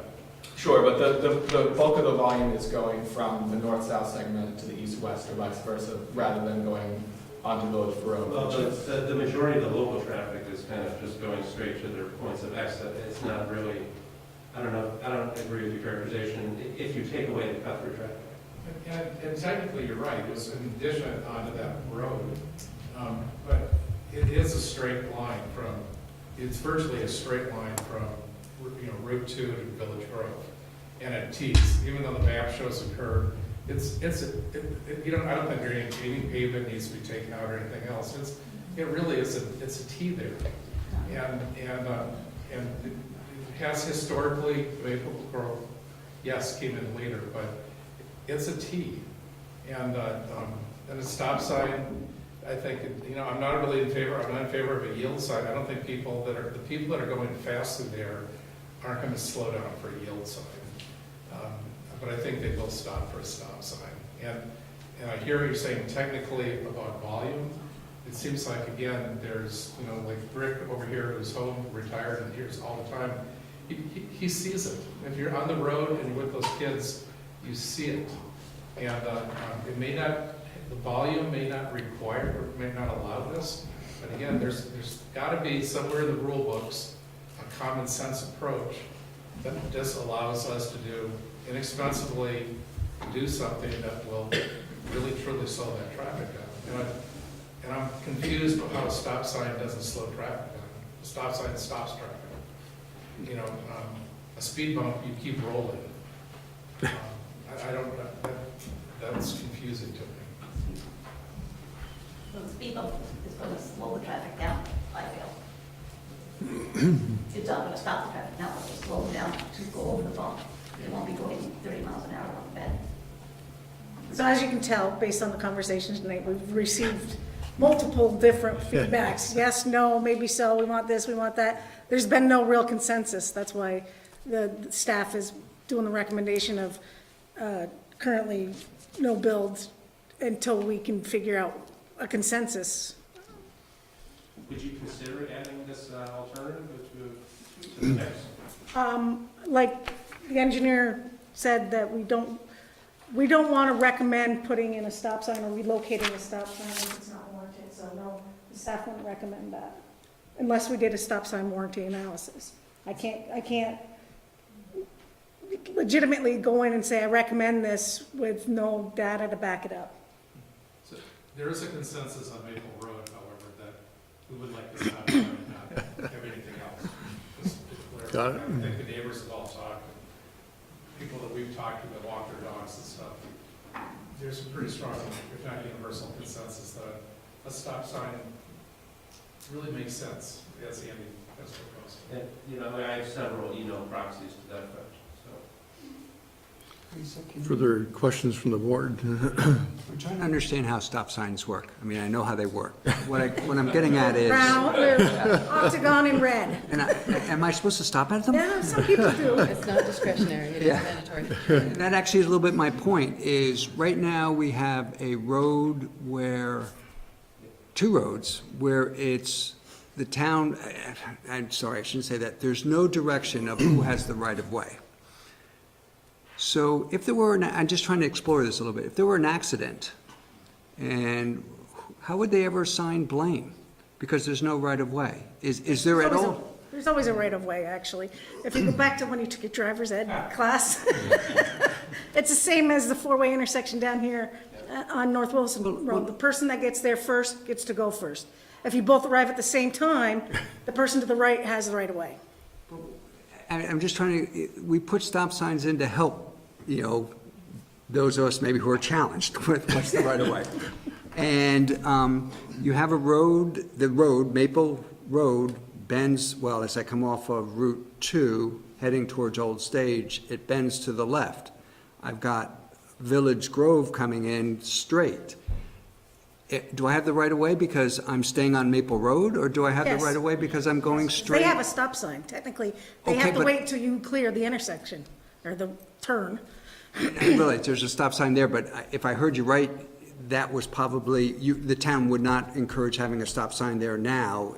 I don't think it would, the data would warrant it. Warrant correct? it, because it So wouldn't. what would happen is if you were on Maple Road and you got to that intersection, you would still have the right of way, because he would have to enter into traffic. Well, I think one of the legs of that intersection would need a stop. You couldn't just have a free-for-all. So it's a great example. If you took away the stop sign, which would be technically correct, given the volume of traffic, the studies and everything else, I can guarantee, and Rick, you live right in that corner, I can guarantee that there would be an accident. Because Village Grove people would sort of shoot out there and everyone would, no one would know, it would be a really super unsafe corner if Maple Grove didn't have a stop sign there. And even though technically, Or a stop sign somewhere. technically it shouldn't be there, but if it wasn't there, it'd be a disaster. And I think conversely, we just feel a stop sign on where Andy's proposing it, technically doesn't fit the standards. And we understand those are good things to have, the standards. But it does mean from a real common sense point of view. I wish I had an appendix in the back of it that said common sense.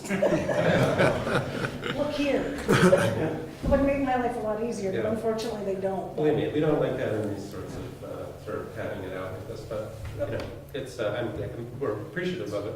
Certainly appreciative the town went to all this effort. I'm with Tom, I mean, I don't want to spend another dollar. I mean, I never really thought I was going to get to this, but maybe that was naive of me. But, anyways, so I've said everything I can possibly think about for, when it comes to this stop sign, but. I think this is mostly for the residents in the audience. This question is can you describe the cut-through, how the cut-through works. And what I mean by that primarily is which direction is it? Is it from Old Stage? Yeah, so it's 30 to 45 minutes a day, from 7:30 to about 8:15, coming from Old Stage, dropping their kids off at Williston Central, or go on to CBU or whatever.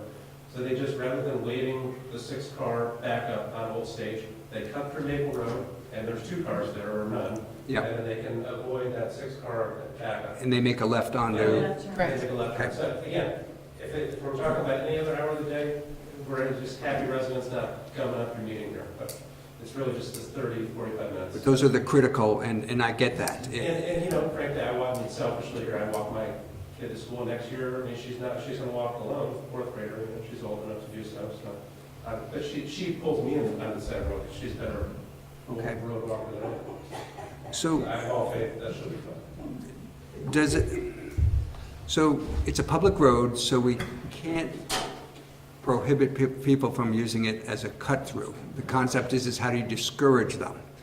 And I guess, and believe me, what I'm about to say, I'm not even invested in, but I'm still gonna throw it out.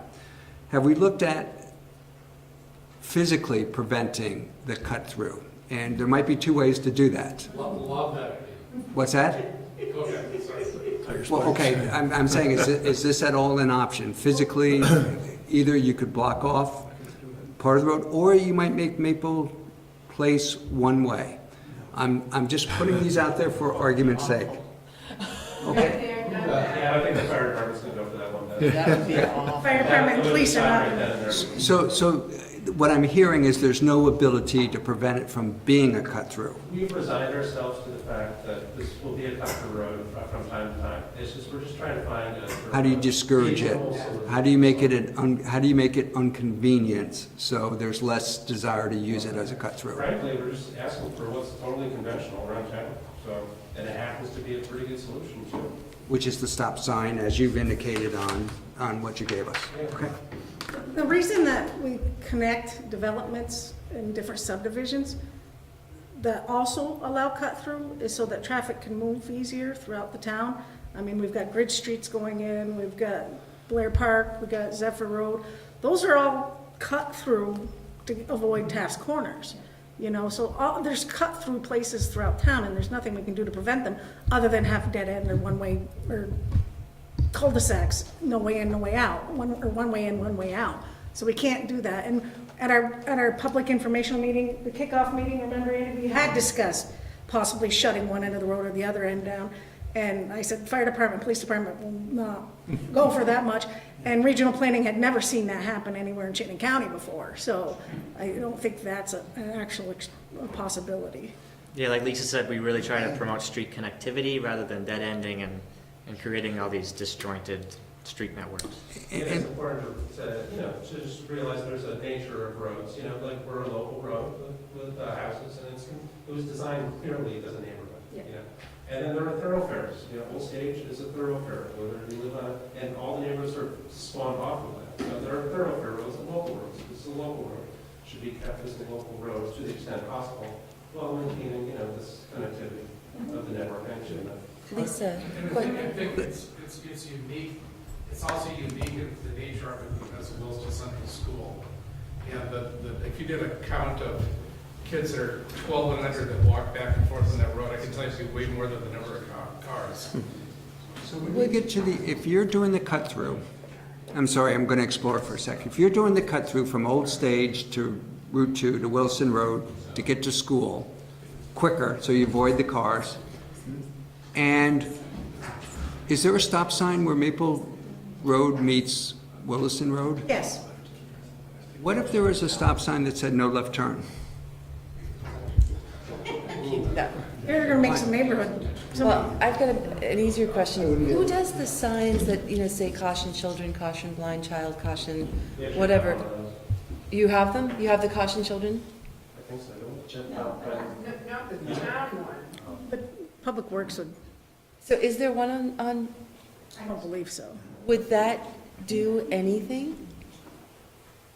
We'll try anything. Because to me, when I see those going along, on your street anyway, I'm always looking for kids just because of the nature of how it's set up. But I would think if I were driving along and I saw that, it's gonna be an instant indicator to go and be really paying attention, because that's, I think many people that'd be the case, and I think a lot of the people that are doing that follow the Andy Dubois speed limit that we like to joke about, or sort of keeping it to a reasonable speed. because you're not gonna stop The the, people that are zipping through. Right. Probably aren't gonna worry about that. you may get some though, and if you, I mean, the point is, you're not gonna stop the traffic, but if you can slow it down, and if a sign like that does something and doesn't have speed bumps going through your road or a sidewalk going through your road, wouldn't that be a cool idea, if it works? I just wonder, I just didn't know if that's something that can be done, that's worth a try. That's definitely, if that's something the board would like to see happen, we can definitely. I'm just throwing stuff out there to see what you folks might be amenable to. We just think Public Works goes out there and yanks that sign out. Puts it right in there, and no federal agency will be the wiser. And it'll cost no money, and traffic will stop, neighbors will be happy, traffic will slow down, kids will be safer, and it's really sort of that simple. I appreciate all the creative things. I personally like the idea of blocking off the road on Old Stage. I'm the only one on the road that likes that idea, but barring that, really, it's what Andy's proposing is just so simple, cost-effective, and while it doesn't fit the regulations, I have worked in the state government for decades and know that wherever there's a regulation, there tends to be another regulation that allows you to do it if you're willing to dig and look for it. And I would be surprised if there wasn't something that allowed us to do this if we wanted to try. I guess what I'm getting at, though, is since that does appear to be a problem, from what I'm hearing from you folks, why not do something that isn't a problem, where if that sign, putting one of those signs up, is not a problem and can be done, at least you've got something going in your favor while you're sitting there trying to find out if you can move your stop sign. Sure. That's trying to get you something without causing a massive problem. So tonight, we are without two of our members. We're not going to make a decision on anything tonight. We do have some new information that we didn't have before tonight with the stop sign information. Actually, one of those that you printed out there is in my neighborhood, so thank you very much. I never thought about it, but I will now. If there are more questions from the board. Just one question. I'm on page 22 of the scoping study. I'm on the first paragraph in 3.4, and there's a statement in here that I just found a little disturbing. We were hoping you weren't going to catch that. I saw that too. That they approved it. The statement, Supported this. That's why it's called the draft. Yes, yes. It's been changed, and I don't know if it's been Okay. posted with the revised yet. okay, so it's been deleted, if you will. Okay. If there are no further questions or comments tonight, we'll be back talking to you folks again, I'm sure, very soon. So we need to get this thing resolved. Thank you very much for coming. Andy, do you want any more of these copies to take back? Want more to hand out?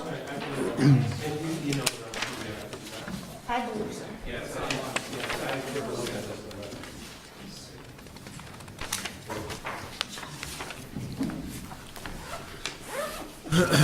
Thanks. Yep, I got one.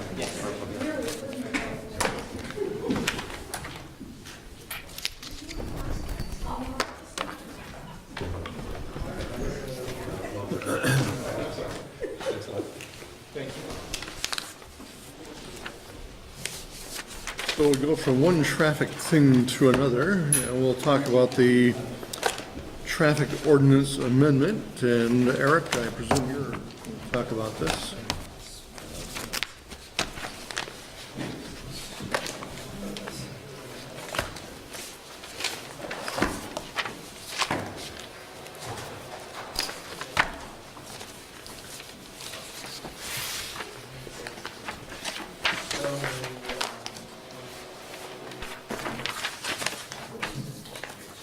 All right, so we've taken a look at the town's motor vehicle and traffic ordinance in the last couple of weeks here, and there's a couple proposed amendments for the board to consider here to amend the ordinance. First one, let's go through the memo in the board packet.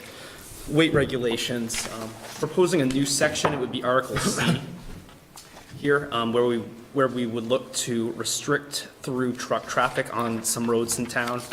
And the reasoning behind restricting through truck traffic, it's a way to prevent trucks from trying to find shortcuts, cut-throughs, again, from state roads to local roads in town. These roads are more suited for their use from both a design standpoint and original construction of the road to keep heavy trucks off them.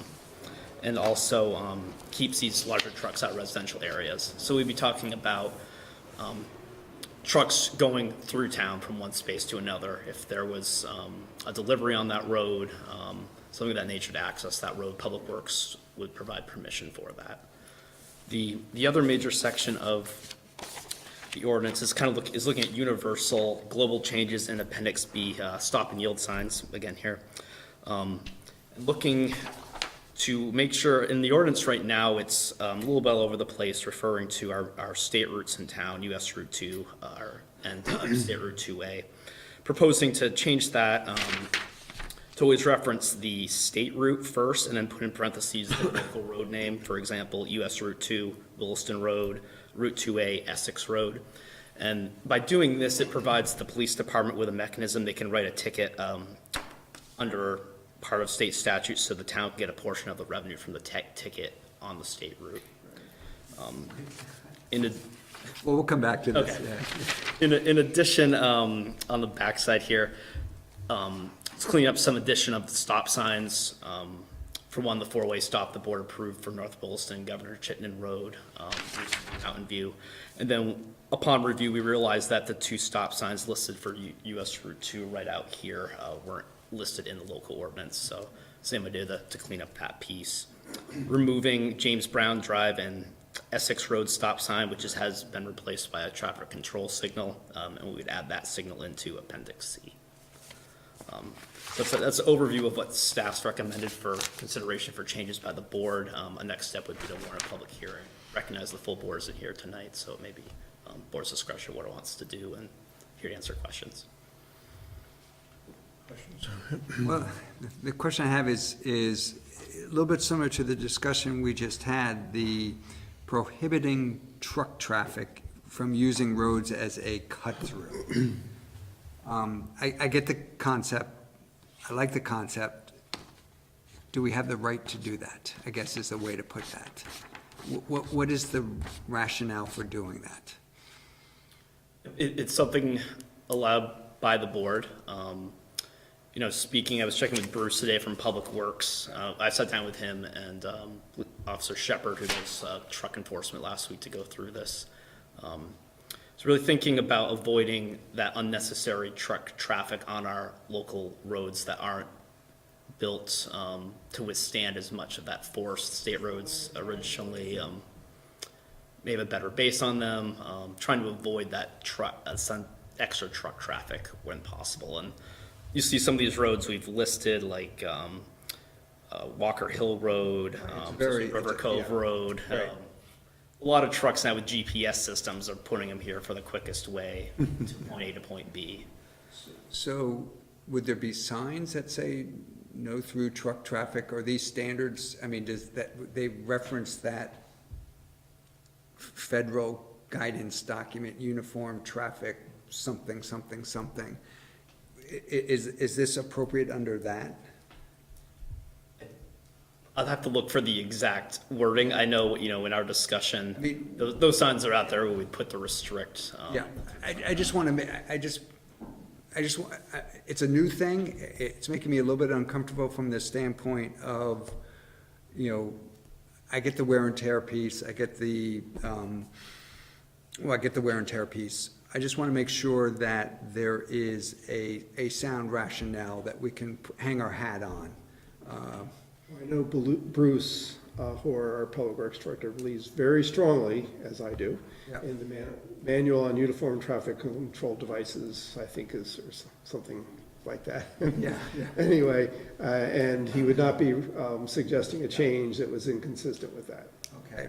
I mean, there are certainly other roads that I would like to see have truck traffic limited on.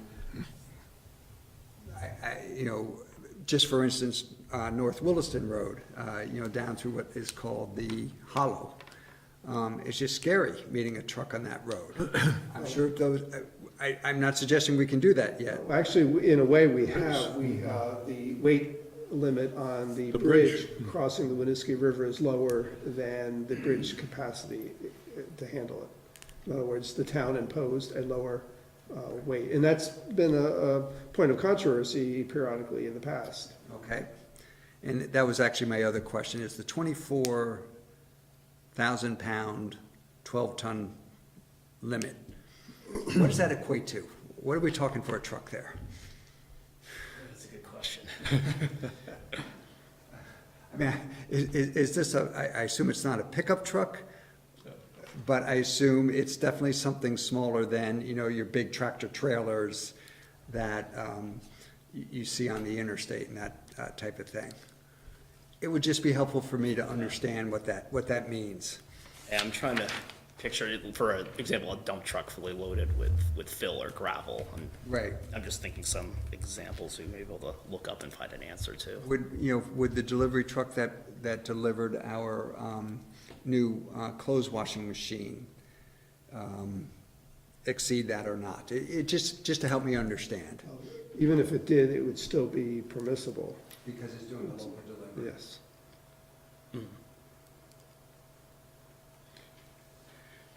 If there's a number of questions on this, then we're probably gonna have to bring people who are more familiar with this than Eric and I, and have a continued discussion on this. It'd probably be good before we actually go to scheduling a public hearing on this to do that and come back with the answers. Yeah. Yeah. Could you explain the piece about getting a piece of the speeding fines? I think that's what I heard. There's a way to raise revenue. Yeah. In my conversations with the police officer who was part of our group reviewing this, by having that in there, there's different ways to write a ticket, and you could write a ticket under this provision, if you had it referenced this way in the ordinance, where if it was on a state road, the town could collect some of that revenue for it being on a state road. Whereas right now we can't because of the way it's described. Yeah, the way it's written in the ordinance, so. So by simply changing, we're not gonna issue more tickets, we're just gonna get money back for those tickets we do issue. Okay.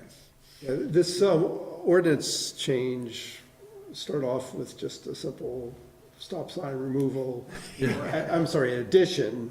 And then we said, well, you know, looking at the ordinance, we see some discrepancies the way we describe some of these roads. And by the way, I know one of our police officers has suggested a couple different changes, and You know what you just described? It's how my wife sometimes gets so mad at me when she thinks she's asked me to do a simple project. And a couple hours later, I'm still not done because I found all these other aspects of it that need to get done. It's probably a good point. You're asking the wrong person. You know, I tell you how I address my husband, right? No more than 2 sentences, no more than any 2-syllable words, yes or no. I don't want to know how, I just want to know that it will. Okay. And he'll usually sit there and he'll just go, I'll get back to you, because he can't do it. It's engineer. Yeah, okay. There you go. Any further questions that we need to ask staff to get? Thank you. Yeah. Thank you, we'll get back to. Okay. Thank you. Good, we'll move on to other business. We do have a catering permit. this is for an event scheduled for June 23rd. And location is the Isham Farm on Oak Hill Road. The event is a wedding reception, and the caterer is Bevo LLC, doing business as Bevo. And staff has no objections, and they've had a number of events that have passed, and we've never received a complaint. Can we entertain a motion? Bevo and not Bevo. Yes, please. So moved. Is there a second? Second. Any discussion on the motion? If not, all those in favor of the motion say aye. Aye. Aye. We have majority done, so that takes care of that. Is there any other business we need to talk about tonight? Hearing none, I'll use the gavel, we'll adjourn.